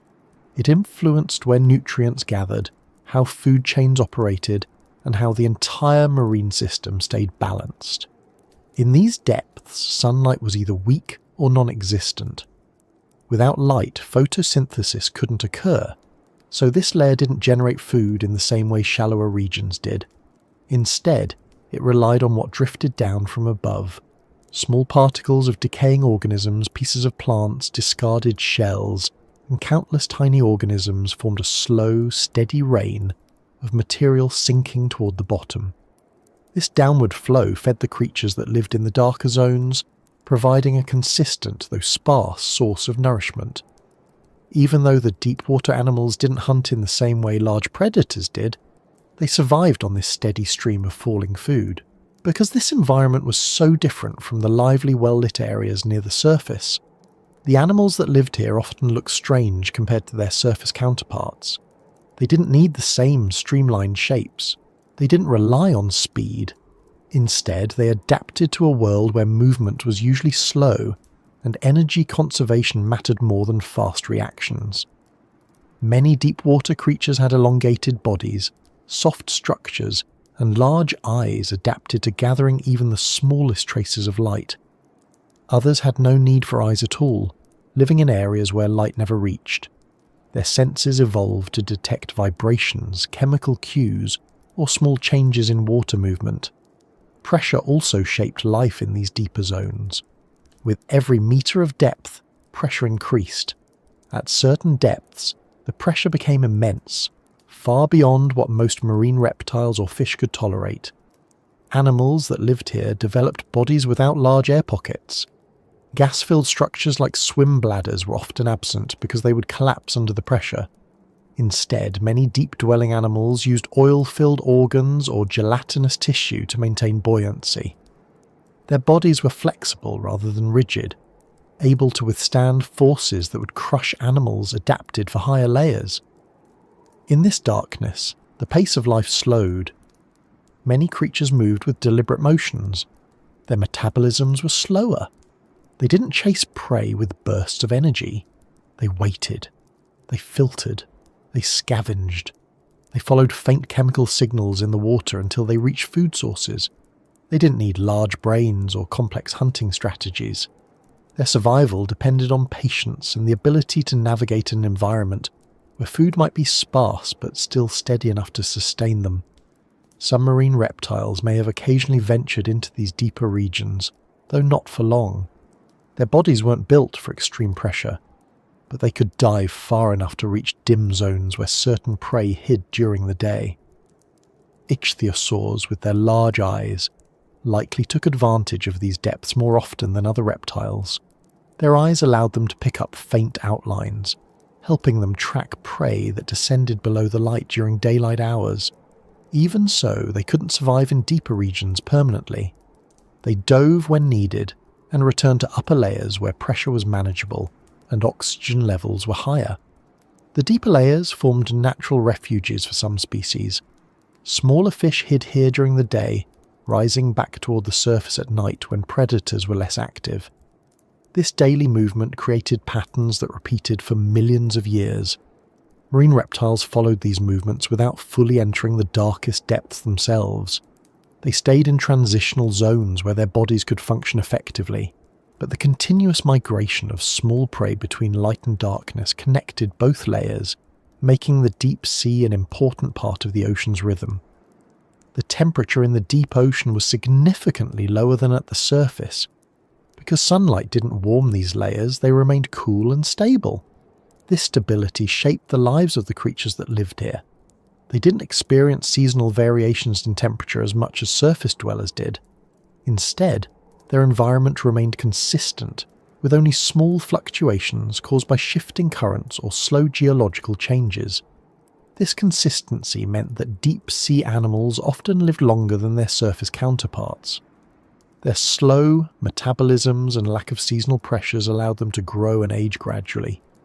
Even though the deep waters didn't host the dramatic scenes people often imagine when thinking about ancient seas, they still contained a surprising amount of diversity. Small crustaceans scuttled along the seafloor. Worm-like animals built burrows in the sediment. Soft-bodied creatures drifted slowly, waiting for falling food. Jelly-like organisms pulsed through the water with gentle motions. Some species evolved transparent bodies, making them nearly invisible. Others developed glowing organs that produced faint light, useful for communication, attracting prey, or confusing predators. These forms of bioluminescence weren't rare. In fact, they may have been even more common in the ancient oceans than in modern ones. Without sunlight, light produced by organisms became an effective tool. Some used it to lure prey, others used it to startle approaching predators. Still others displayed patterns of light to communicate with members of their own species. This glow didn't illuminate the depths. It created isolated points of brightness in a vast, dark environment. These faint lights moved slowly, like drifting signals in an otherwise silent world. The seafloor itself was covered with fine sediment formed from millions of years of sinking particles. This sediment preserved the remains of ancient animals that fell to the bottom. Over long periods, the seafloor recorded the history of the ocean above. Skeletons of marine animals, shells of ammonites, and traces of soft-bodied organisms became part of the geological record. Layers of sediment built up gradually, each one capturing a moment in the ocean's past. These layers eventually hardened into rock, preserving information that scientists would uncover millions of years later. The seafloor wasn't flat or featureless. It had hills, valleys, ridges, and trenches. Some areas were shaped by tectonic movement, others were formed by volcanic activity. Hydrothermal vents created areas of intense chemical activity. These vents released superheated water rich in minerals. Around these vents, unique communities thrived. Microorganisms used these minerals as energy sources, forming dense clusters of life in otherwise barren regions. These vent ecosystems provided food for small organisms, which in turn supported slightly larger ones. While marine reptiles rarely visited these depths, the nutrients produced by these ecosystems eventually drifted upward, becoming part of the broader ocean food web. Even the shape of the seafloor affected how water moved through these deep zones. Cold, dense water flowed along trenches and valleys, moving slowly across great distances. These movements redistributed nutrients, transported deep sea organisms, and connected different regions. Though these currents moved far more slowly than surface currents, they played a critical role in maintaining stability in the deep environment. Without them, certain regions would have become depleted while others accumulated too much organic material. In this quiet darkness, life operated on its own schedule. Predators didn't chase, they ambushed. Prey didn't rely on speed, they relied on hiding or drifting. The deep ocean wasn't a place of chaos, it was a place of steady persistence. Everything happened at a slower pace, governed by subtle cues and small energy exchanges. Even though the large marine reptiles didn't live permanently in these depths, the deep ocean influenced their world. It stored nutrients that would eventually rise to feed plankton. It protected certain species that later moved into higher layers. It preserved remains that would shape the food chain when scavengers brought pieces back upward. It acted as a sink for organic material, recycling the ocean's resources over long periods. When a large marine reptile died, its body often sank to the seafloor. In the deep ocean, that single carcass could support entire communities of organisms for years. Scavengers fed on soft tissues. Small animals burrowed into bone. Microorganisms broke down remaining nutrients. This process returned essential elements to the ecosystem, slowly supporting the growth of new organisms. The death of a giant creature on the surface became life for countless smaller ones below. The deep ocean also acted as a buffer for environmental change. When temperatures shifted at the surface, the deep layers remained stable. This stability helped maintain global temperature balance. It also protected certain species from surface-level events like storms, temperature spikes, or sudden changes in prey availability. The deep zones offered safe areas, even if they were challenging places to live. Though marine reptiles may not have understood any of this, their lives were still connected to these deeper layers. Everything that happened above was tied to the slow, constant activity happening below. The darkness beneath them held a world operating at a different pace, but it was no less important.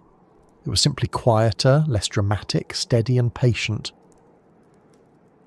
Long before the continents took their current shapes, long before mountain ranges rose into the sky or deserts stretched across the landscape, ancient seas covered huge areas of what is now dry land. These seas didn't just sit quietly above the continents, they altered them. They eroded rock, deposited sediment, carved coastlines, built reefs, and shaped entire regions in ways that would only become visible long after the oceans retreated. The land we walk on today is full of marks left behind by waters that once supported marine reptiles, ancient fish, invertebrates, and microscopic organisms drifting in sunlit waves. During the eras when marine reptiles dominated the oceans, sea levels were often higher than they are now. Large sections of continents sank under shallow, warm seas filled with life. These inland seas stretched across thousands of kilometres, forming networks of waterways that connected different regions of the world. Animals swam over areas that today are farmland, forests, or cities. The sediment that accumulated on the floors of these seas eventually hardened into rock layers that now sit beneath our feet. One of the most important ways ancient seas shaped the land was through sedimentation. Rivers carried material from mountains and highlands into the ocean. Once the sediment reached the calm waters of inland seas, it settled to the bottom. Over time, thick layers of mud, sand, and organic remains built up. These layers recorded the history of life in those seas. They preserved bones, shells, plant fragments, and the traces left behind by animals moving across the seafloor. As millions of years passed, pressure from overlying layers compacted these sediments into rock. Mud became shale, sand became sandstone, lime-rich deposits formed limestone. These rock layers now appear on land because the continents rose, the seas drained, and erosion removed younger material from the top. Today, scientists can walk through these layers and read them like chapters in the Earth's history. They show when certain animals lived, when sea levels rose or fell, and how ecosystems changed over time. Without the ancient seas depositing these sediments, the geological record would be far less complete. Ancient seas also shaped the land through erosion. Waves rolling onto ancient coastlines wore away rock, carving cliffs and creating gentle slopes. Tides pulled sand back and forth, smoothing shorelines. Currents carried away loose sediments and redistributed them across the sea floor. Over long periods, this constant movement reshaped the edges of continents. Even after the seas retreated, the forms they created remained, influencing where rivers would later flow and where valleys would form. In many regions, the landscapes visible today, rolling hills, wide plains, layered cliffs, are direct results of ancient ocean processes. For instance, areas that were once beneath shallow tropical seas often contain limestone formations. These limestones formed from the skeletons of countless tiny organisms that thrived in warm water. When the seas evaporated or drained away, the limestone stayed behind. Later erosion sculpted it into cliffs, caves, and sinkholes. Entire geological features formed because ancient seas once existed there. Some of these seas supported vast reefs built by ancient organisms. These reefs weren't always coral-based like modern ones. Early reefs sometimes formed from sponges or other colonial organisms that built rigid structures. Over time, these reef systems grew into complex environments. When the seas disappeared, the reef structures remained, eventually becoming massive rock formations. Today, these fossilized reefs can be seen in mountain ranges or canyon walls. Their presence shows where thriving marine ecosystems once existed. Inland seas had another important role. They acted as enormous basins that collected organic material. Plants, plankton, and small organisms died and sank to the bottom. Their remains accumulated in thick layers. Under the right conditions, heat and pressure transformed these organic-rich sediments into oil, natural gas, or coal. Much of the energy used today comes from deposits created in ancient seas. The land we rely on for resources was shaped not only physically but chemically by oceans that vanished long before humans arrived. The movement of continents also influenced how ancient seas shaped the land. As tectonic plates shifted, some regions sank while others rose. When areas sank, seawater flooded in, creating new coastlines. When areas rose, seas drained away. This constant motion meant that no coastline remained permanent for long periods. Regions that were once deep underwater later became dry land. Regions that were once dry became submerged. Each transition changed the landscape, leaving behind deposits and features that marked the presence of the sea. In some places, ancient seas created layered structures that reveal their movement over time. Alternating layers of sandstone and shale indicate periods when seas advanced and retreated. Sandstone often forms in nearshore environments where waves and currents are strong. Shale forms in calmer, deeper waters. When geologists examine these layers today, they can see how many times a particular region was flooded and drained.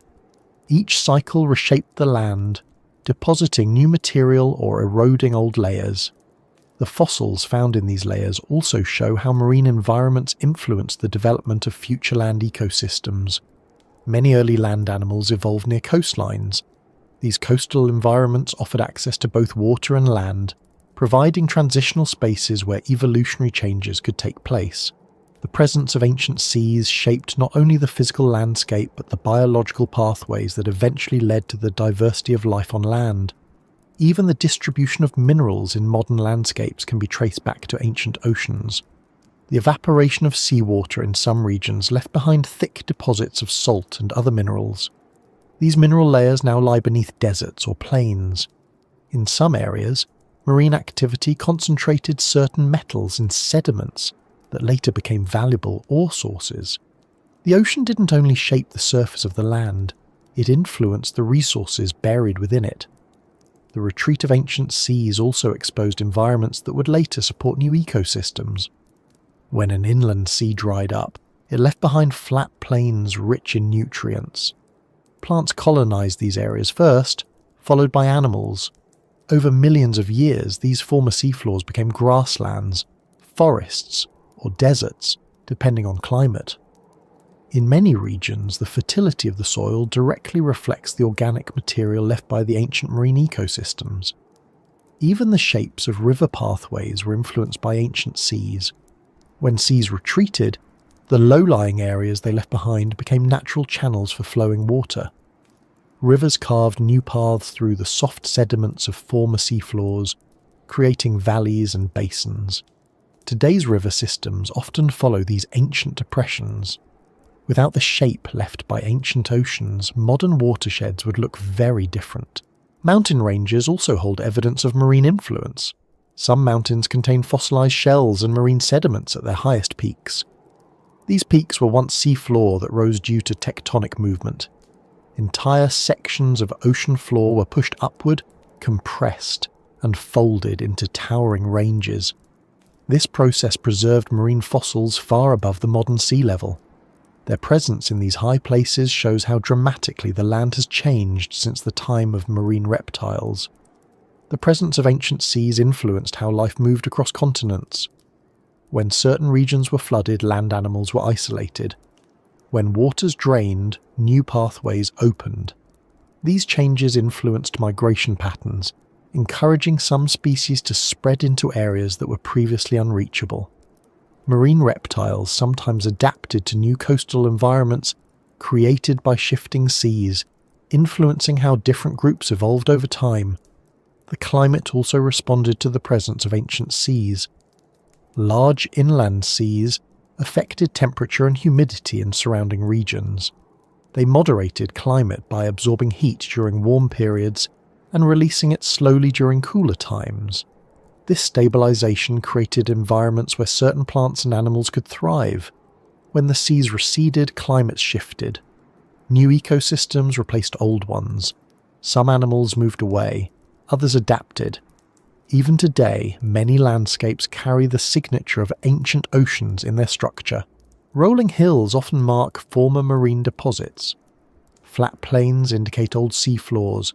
Cliff faces reveal layers of sediment laid down in ancient waters. These layers tell stories of changing depths, shifting coastlines, and the presence of creatures that swam long before any human footsteps touched the ground. The influence of ancient seas can also be seen in the distribution of modern coastlines. Some areas remained underwater for long periods, preventing the development of deep soil layers. Others emerged suddenly, forming rugged coastlines that shaped human settlement patterns millions of years later. In this way, ancient seas indirectly influenced human history. Marine reptiles swam over landscapes that would eventually hold towns, fields, forests, and mountains. They lived in waters that carved the shapes of valleys and plateaus. The land beneath these reptiles changed constantly, but their world left marks that became permanent features of the continents.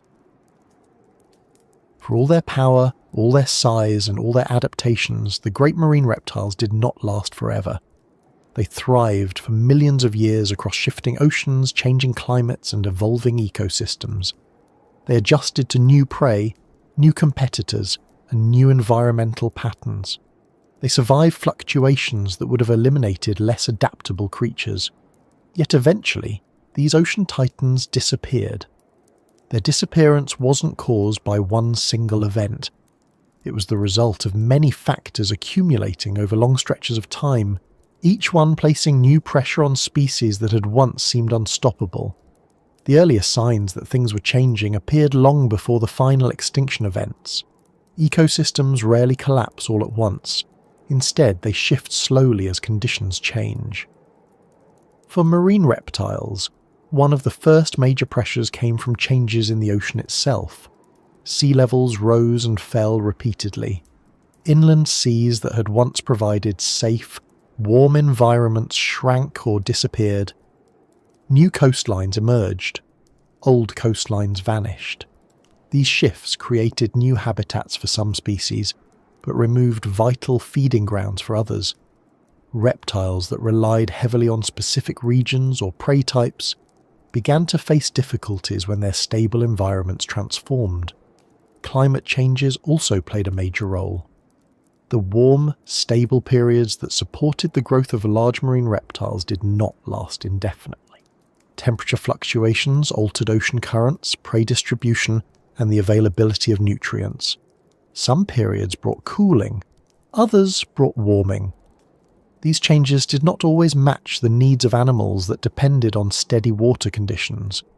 Reptiles capable of long migrations had some ability to adapt, but even they faced challenges as ancient currents shifted and prey moved into new territories.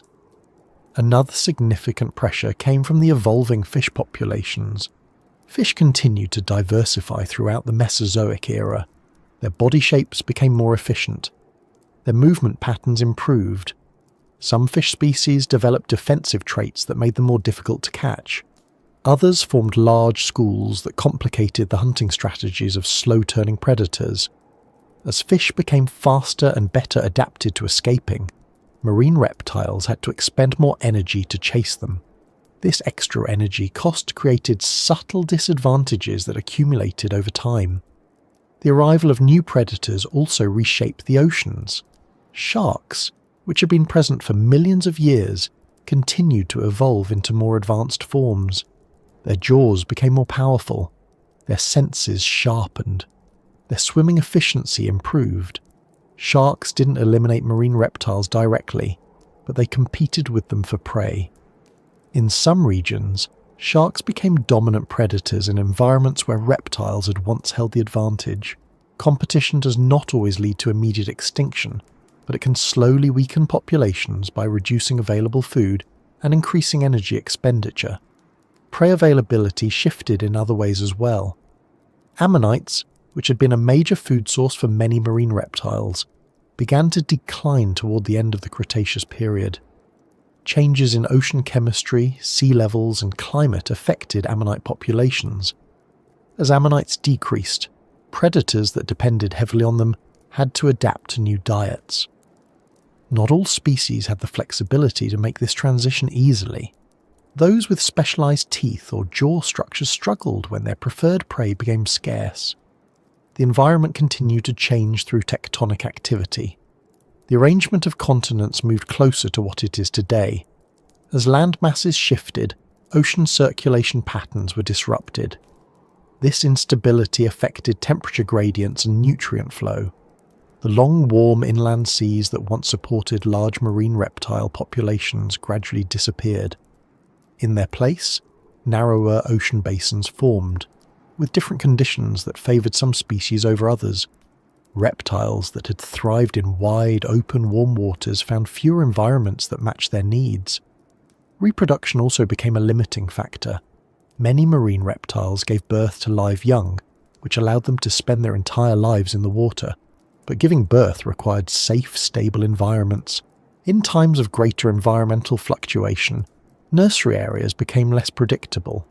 Changes in water temperature, salinity, or prey availability could disrupt reproductive success. Even slight decreases in birth rates, if they persisted over long periods, could weaken populations. Species with slow growth or long reproductive cycles were especially vulnerable. The biggest and most dramatic factor, however, was the series of catastrophic events that occurred near the end of the Cretaceous, the same events that ended the reign of the non-avian dinosaurs on land. When a massive asteroid struck the Earth, the effect wasn't limited to the impact site. Dust and particles entered the atmosphere, blocking sunlight for extended periods. Photosynthesis slowed dramatically. Plankton populations crashed. The entire ocean food chain collapsed from the bottom upward. This collapse hit marine reptiles hard. They depended on large populations of fish, cephalopods, and other prey. When plankton diminished, small fish and invertebrates starved. Larger fish struggled to find enough food. The decline moved rapidly through the system, leaving predators with fewer and fewer resources. Reptiles that required large daily energy intake were among the most vulnerable. Their size, once an advantage, became a burden during periods of scarcity. In addition to food shortages, the aftermath of the asteroid caused rapid temperature changes. Surface waters cooled, nutrient cycles fell out of balance. The chemistry of the oceans shifted as massive amounts of material settled into the water. Acidification increased in some regions. These changes weren't gentle. They occurred on timescales far shorter than what species were used to. Even animals that had adapted to previous environmental shifts couldn't adjust quickly enough this time. The physical geography of the oceans also changed. Sea levels dropped as climates cooled. The shallow water habitats that many reptiles relied on shrank. Coastal zones changed shape. Coral-like ecosystems suffered. Areas rich in prey disappeared. Reptiles that depended on specific hunting environments lost their territories. Even species capable of travelling long distances faced difficulty finding stable feeding grounds. Competition increased during these challenging times. Sharks, which were more adaptable to varying food sources and more efficient at surviving lean periods, expanded their roles. Smaller predators with lower energy requirements endured conditions that eliminated larger reptiles. The environment had shifted towards systems that rewarded flexibility over specialization and smaller body sizes over large ones. Another factor contributing to disappearance was the reproduction rate of these reptiles. Many large marine reptiles matured slowly and produced relatively few offspring compared to smaller animals. When the environment became unstable, slow reproduction prevented populations from recovering quickly. Species that needed long periods of favourable conditions to thrive found themselves unable to replace individuals lost to starvation, predation, or environmental stress. Some marine reptiles may have been affected by changes in oxygen levels as well. When temperature changes disrupted ocean circulation, deep ocean waters could become less oxygen-rich. This affected the distribution of prey and made some regions less habitable. While marine reptiles breathed air, not oxygen from the water, they relied on ecosystems where prey could live. If prey couldn't survive due to oxygen-poor conditions, predators suffered indirectly. Though the asteroid impact is often seen as the main cause of their extinction, it is more accurate to say it delivered the final blow to groups already facing long-term challenges. Ecosystems were shifting before the impact. Food webs were becoming more complex. Competition was increasing. Environmental conditions were transforming. The asteroid simply accelerated these pressures into a cascade that the marine reptiles could not overcome. What makes their disappearance particularly striking is the contrast between their dominance and their vulnerability. For millions of years, they filled the oceans with forms ranging from agile hunters to massive giants. They adapted to temperatures, ocean currents, prey changes, and the constant motion of the seafloor. They survived events that transformed the environment many times over, yet in the end, the combined weight of climate change, ecological shifts, competition, and a sudden planetary catastrophe created conditions they could not escape. Their extinction opened ecological space for new groups of animals. Sharks increased their dominance. Marine mammals eventually entered the oceans, filling some of the same roles once held by reptiles. The oceans transformed again, just as they had done many times before. Life continued, but in different shapes and patterns. The disappearance of these ocean titans wasn't a single moment of destruction. It was a long decline punctuated by sudden shocks. It was the result of many small disadvantages accumulating until survival became impossible. Their world had supported them for millions of years, but when it changed too quickly and too dramatically, even the best adapted predators couldn't adjust fast enough. Long after the marine reptiles vanished from the oceans, long after the ecosystems they depended on transformed into new patterns, and long after the very continents they swam above drifted into new shapes, traces of their existence remained. These traces weren't left behind in bright colours or dramatic displays. They were preserved quietly in stone, sand and sediment that settled around them during their lifetimes. The marks they left behind survived because the Earth continued layering new material over the old, sealing in pieces of their world inch by inch, year by year, until entire eras were hidden beneath layers of rock. These traces didn't all look the same. Some were complete skeletons preserved in positions that suggested a final moment of stillness before the ocean floor consumed them. Others were scattered bones, separated by currents or scavengers before being buried. Many were only fragments: teeth, jaw sections, vertebrae, limb bones, ribs. Each piece carried information about the animal it once belonged to. Some fossils were so delicate that only thin impressions remained, showing the outline of scales or skin textures preserved against ancient sediment. The way these remains were preserved depended heavily on the conditions of the ocean floor. In regions where sediment accumulated quickly, animals that died had a better chance of becoming fossils. Soft mud settled gently over bodies and protected them from decay. These environments created detailed fossil records that scientists rely on today to reconstruct the appearance and behaviour of marine reptiles. In other regions, erosion or strong currents disturbed remains, scattering them before burial. These areas produced fossils that were harder to interpret, but still valuable for showing distribution patterns and evidence of ancient ecosystems. Some of the most recognisable traces left behind were teeth. Teeth preserved better than almost any other body part. Their hardened enamel allowed them to withstand pressure, mineralisation, and the passage of time. Even when entire skeletons vanished, teeth could remain intact.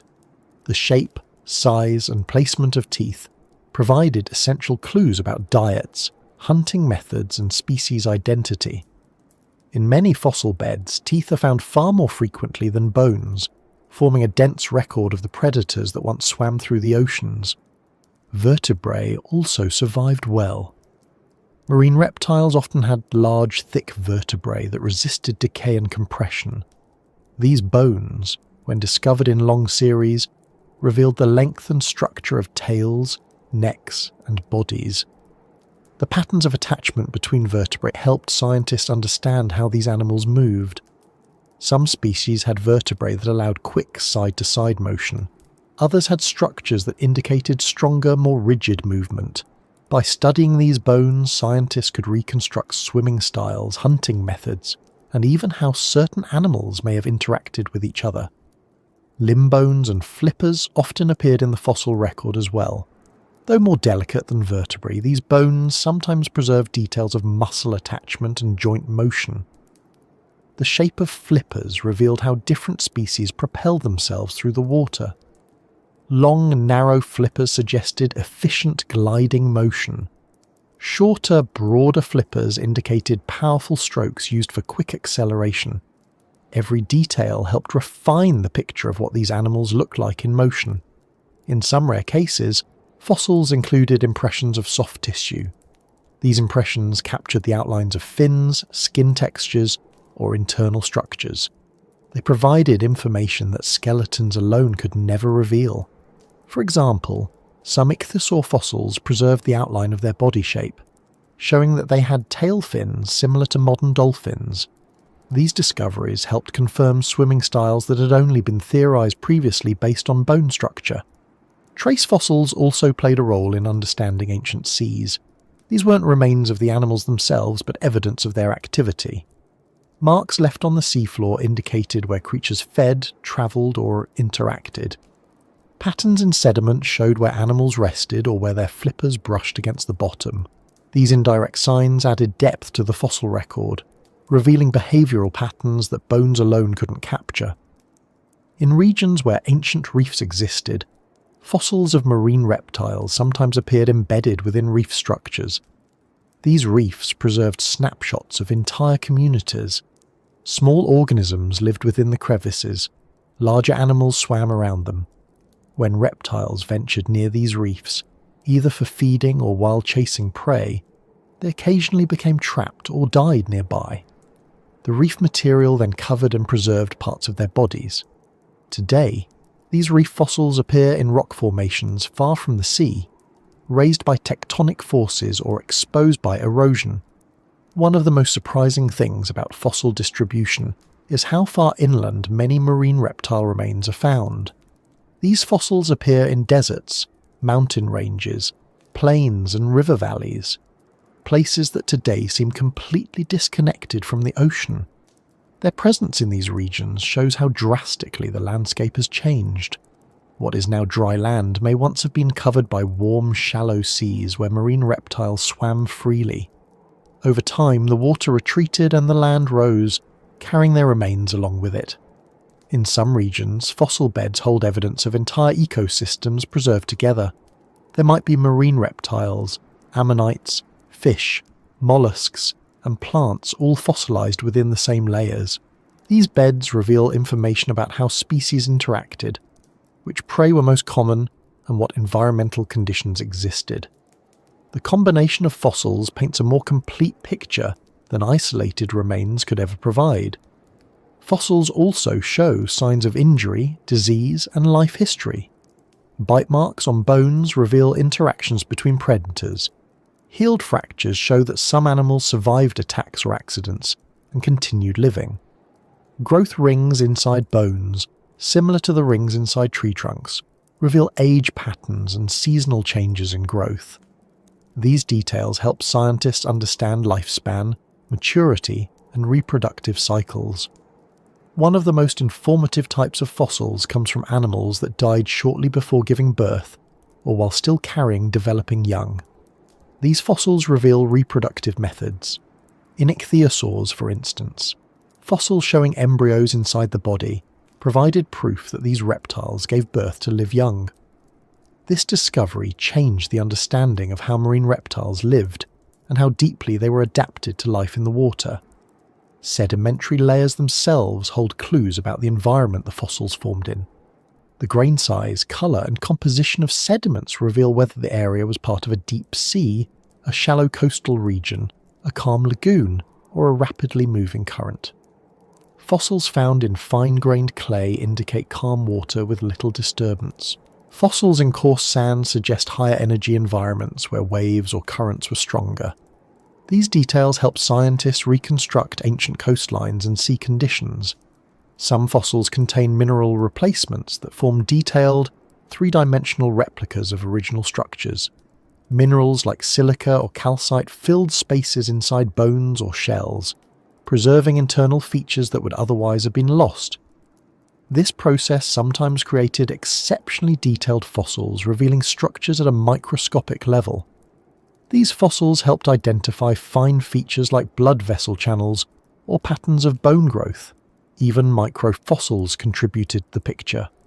Tiny organisms such as plankton with calcium carbonate skeletons left behind millions of microscopic remains. By studying these microfossils, scientists identified climate patterns, water temperatures, and chemical conditions of ancient oceans. These patterns connected marine reptile fossils to broader environmental changes, showing how shifts in climate or chemistry influenced life in the sea. Some traces weren't biological at all. Ripple marks preserved in stone showed how waves once moved across ancient beaches. Mud cracks indicated areas that occasionally dried out. Layers of sediment with alternating textures showed seasonal changes or tidal patterns. These geological signs combined with biological fossils to form a more complete record of ancient environments. The distribution of fossils also revealed migration patterns and species diversity. When the same species appeared in fossil beds on different continents, it indicated that ancient seas had connected those regions. When species appeared only in certain areas, it suggested isolated environments or specialized ecosystems. These patterns helped scientists understand how marine reptiles moved across the world and how local conditions influenced evolution. Fossils recorded extinction as well. In some layers, diversity decreased significantly compared to earlier ones. Certain species disappeared abruptly, others dwindled slowly over time. These changes reflected the environmental pressures that eventually led to the disappearance of marine reptiles. By comparing layers, scientists could track which species disappeared first, which survived longer, and how the overall ecosystem changed. Beyond bones and impressions, chemical traces also survived. The minerals inside fossils sometimes preserved isotopic signatures that revealed water temperatures during the reptiles' lives. These measurements showed how climate changed through time and how those changes affected ocean life. Traces of organic molecules, though rare, sometimes remained locked inside fossils, offering hints about diet and physiology. The stone and sand that preserved these traces didn't remain hidden forever. Erosion, uplift, and human exploration gradually exposed them. As scientists uncovered more fossils, patterns became clearer. Each discovery added detail to the story of ancient oceans, revealing not just what marine reptiles looked like, but how they lived, how they moved, and how their world functioned. These traces don't bring the ancient ocean back, but they do allow us to reconstruct its patterns with surprising accuracy. They show how life adapted, how ecosystems changed, and how a world filled with enormous reptiles eventually gave way to something new. The story didn't vanish with the animals. It remained in the rocks beneath our feet, waiting to be found, waiting to be understood. Even though millions of years have passed since the last marine reptiles swam through ancient oceans, the sea has not forgotten them. The water that moves across the planet today is different from the water that carried ichthyosaurs, plesiosaurs, plesiosaurs, and mosasaurs, but the patterns that shaped their lives continue in new forms. The currents still move, the tides still shift, the winds still drive the surface into motion, and the creatures living beneath the waves still respond to forces that operate much the same way they did in the distant past. In many ways, the modern ocean is built upon the same framework as the ancient one. It carries the memory of those earlier worlds not through conscious recognition, but through the persistence of the systems that shaped life for hundreds of millions of years. The sea remembers through its structure. The deep trenches, broad basins, and sprawling continental shelves that define the ocean floor today were influenced by the same tectonic movements that shaped the ancient seas. The ridges that push new crust outward, the faults that pull regions apart, and the shifting plates that rearrange continents continue to operate. These geological features affect currents, temperature patterns, nutrient flow, and the overall distribution of marine life. The same slow processes that guided ancient creatures across vast distances continue to shape migration routes for modern species. The ocean remembers through its chemistry as well.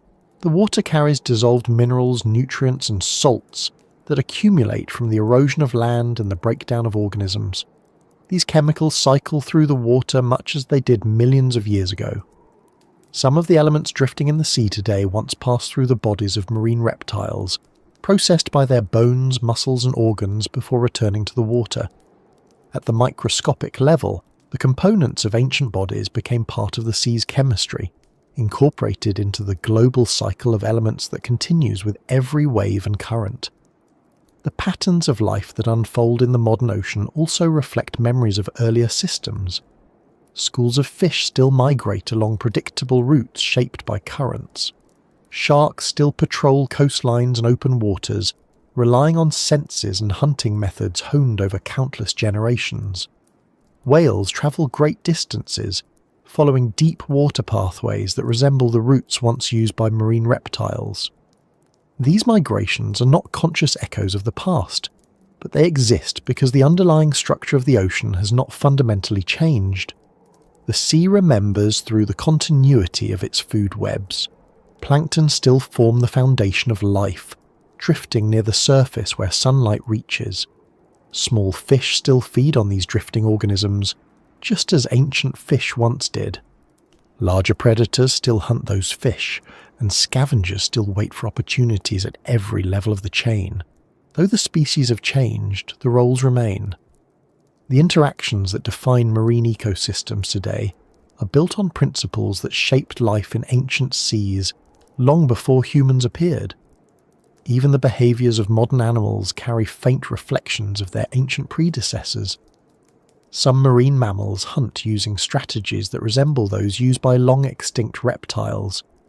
Certain species dive through layers of darkness, following prey that rises and falls with daily cycles just as ancient creatures did. The idea of a layered ocean, bright at the top, dim in the middle, dark below, remains central to marine life today. Animals still adapt to these layers, moving in patterns influenced by temperature, pressure and light. Patterns that existed before the first plesiosaur ever glided through the water. The coastline itself acts as a memory. Many shorelines now reveal fossils that were once buried beneath ancient seas.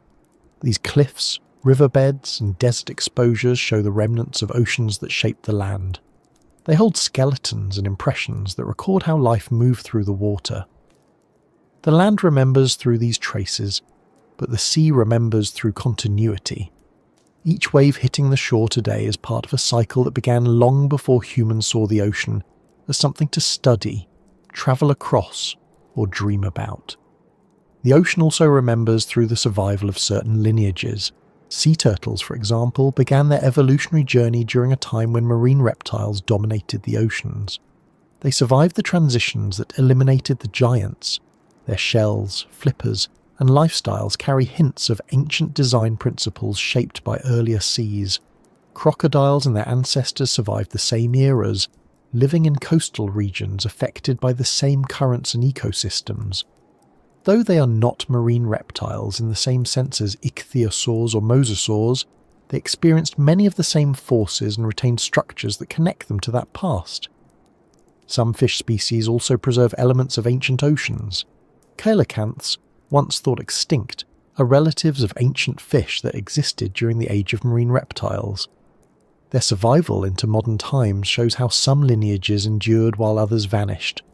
Sharks, too, reflect continuity. While modern sharks are not the same species that swam during the time of marine reptiles, their body design, sensory systems, and ecological roles bear strong resemblance to their ancient relatives. They adapted to new environments, but their lineage remembers older patterns through the traits that allowed them to survive. Even the atmosphere influences how the ocean remembers. Wind patterns that drive surface currents today form through interactions between temperature, geography, and the rotation of the Earth, processes that shaped ancient currents as well. The cycle of warm water rising and cold water sinking has operated for millions of years, linking surface and deep layers in ways that affect both modern marine life and the fossils of creatures that once drifted down into deep waters. The memory of the ancient sea is also embedded in the sediments that lie beneath modern waves. Each grain carries the influence of past environments. Some sediments come from eroded mountain ranges that once sat near ancient coastlines. Others come from organic material left behind by creatures that lived long before modern forms evolved. As these sediments accumulate, they create new layers that future geologists will study. The process never stops. The sea continues to write its history in the same way it has done for hundreds of millions of years. When storms stir the water, they pull up deeper sediments and mix them with newer layers. This mixing connects past and present in a literal way. Particles that may have settled during the age of marine reptiles can be disturbed and carried through the water again, even if only briefly. These particles then settle once more, becoming part of modern layers that will eventually tell their own story. The ocean is a place where nothing stays completely still. Even the oldest memories shift slightly with each cycle, though the overall patterns remain recognizable. The modern ocean also remembers through its vulnerability. Ancient seas experienced dramatic changes, volcanic eruptions, climate shifts, asteroid impacts, and fluctuations that altered ecosystems. The modern sea responds to new pressures from climate change, shifting temperatures, and changes in chemical composition. While these challenges differ in their exact cause, the ocean's reaction follows the same pattern seen throughout its history. Species shift their ranges, food webs reorganize. Some creatures struggle, while others adapt. The sea continues to adjust, carrying the memory of how life has always responded to change. The ocean's persistence reinforces its memory. Despite everything that has changed, despite the loss of ancient reptiles, despite the rise of new species, despite the long passage of time, the fundamental nature of the ocean remains. Water still circulates through deep basins, sunlight still shapes the upper layers, the seafloor still moves beneath the weight of continents. Life still adapts to whatever conditions the sea provides. These patterns form a kind of continuity that connects the present to the distant past. The creatures that live in the ocean today may not resemble the giants of the Mesozoic era, but they occupy ecological spaces influenced by those earlier forms. Large predators like whales and sharks fill roles once held by mosasaurs and pliosaurs. Smaller fish and cephalopods carry out the same functions as ancient prey species.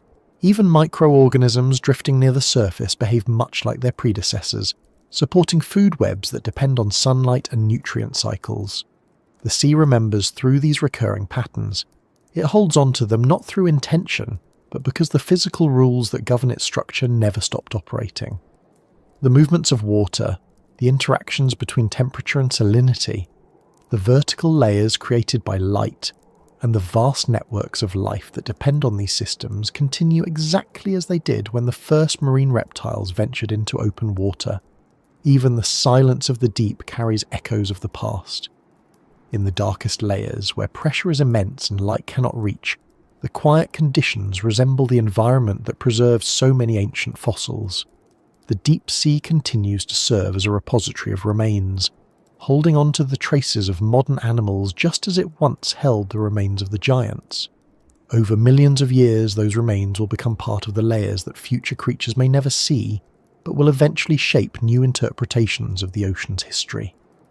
In a sense, the sea itself is one continuous story. The characters change, the environments shift, and the details evolve, but the underlying structure persists. The ocean of today is not the same as it was during the age of marine reptiles, but it carries enough familiarity that the connection remains clear. The currents, the layered depths, the cycles of life, and the steady movement of the seafloor link the present to the ancient past.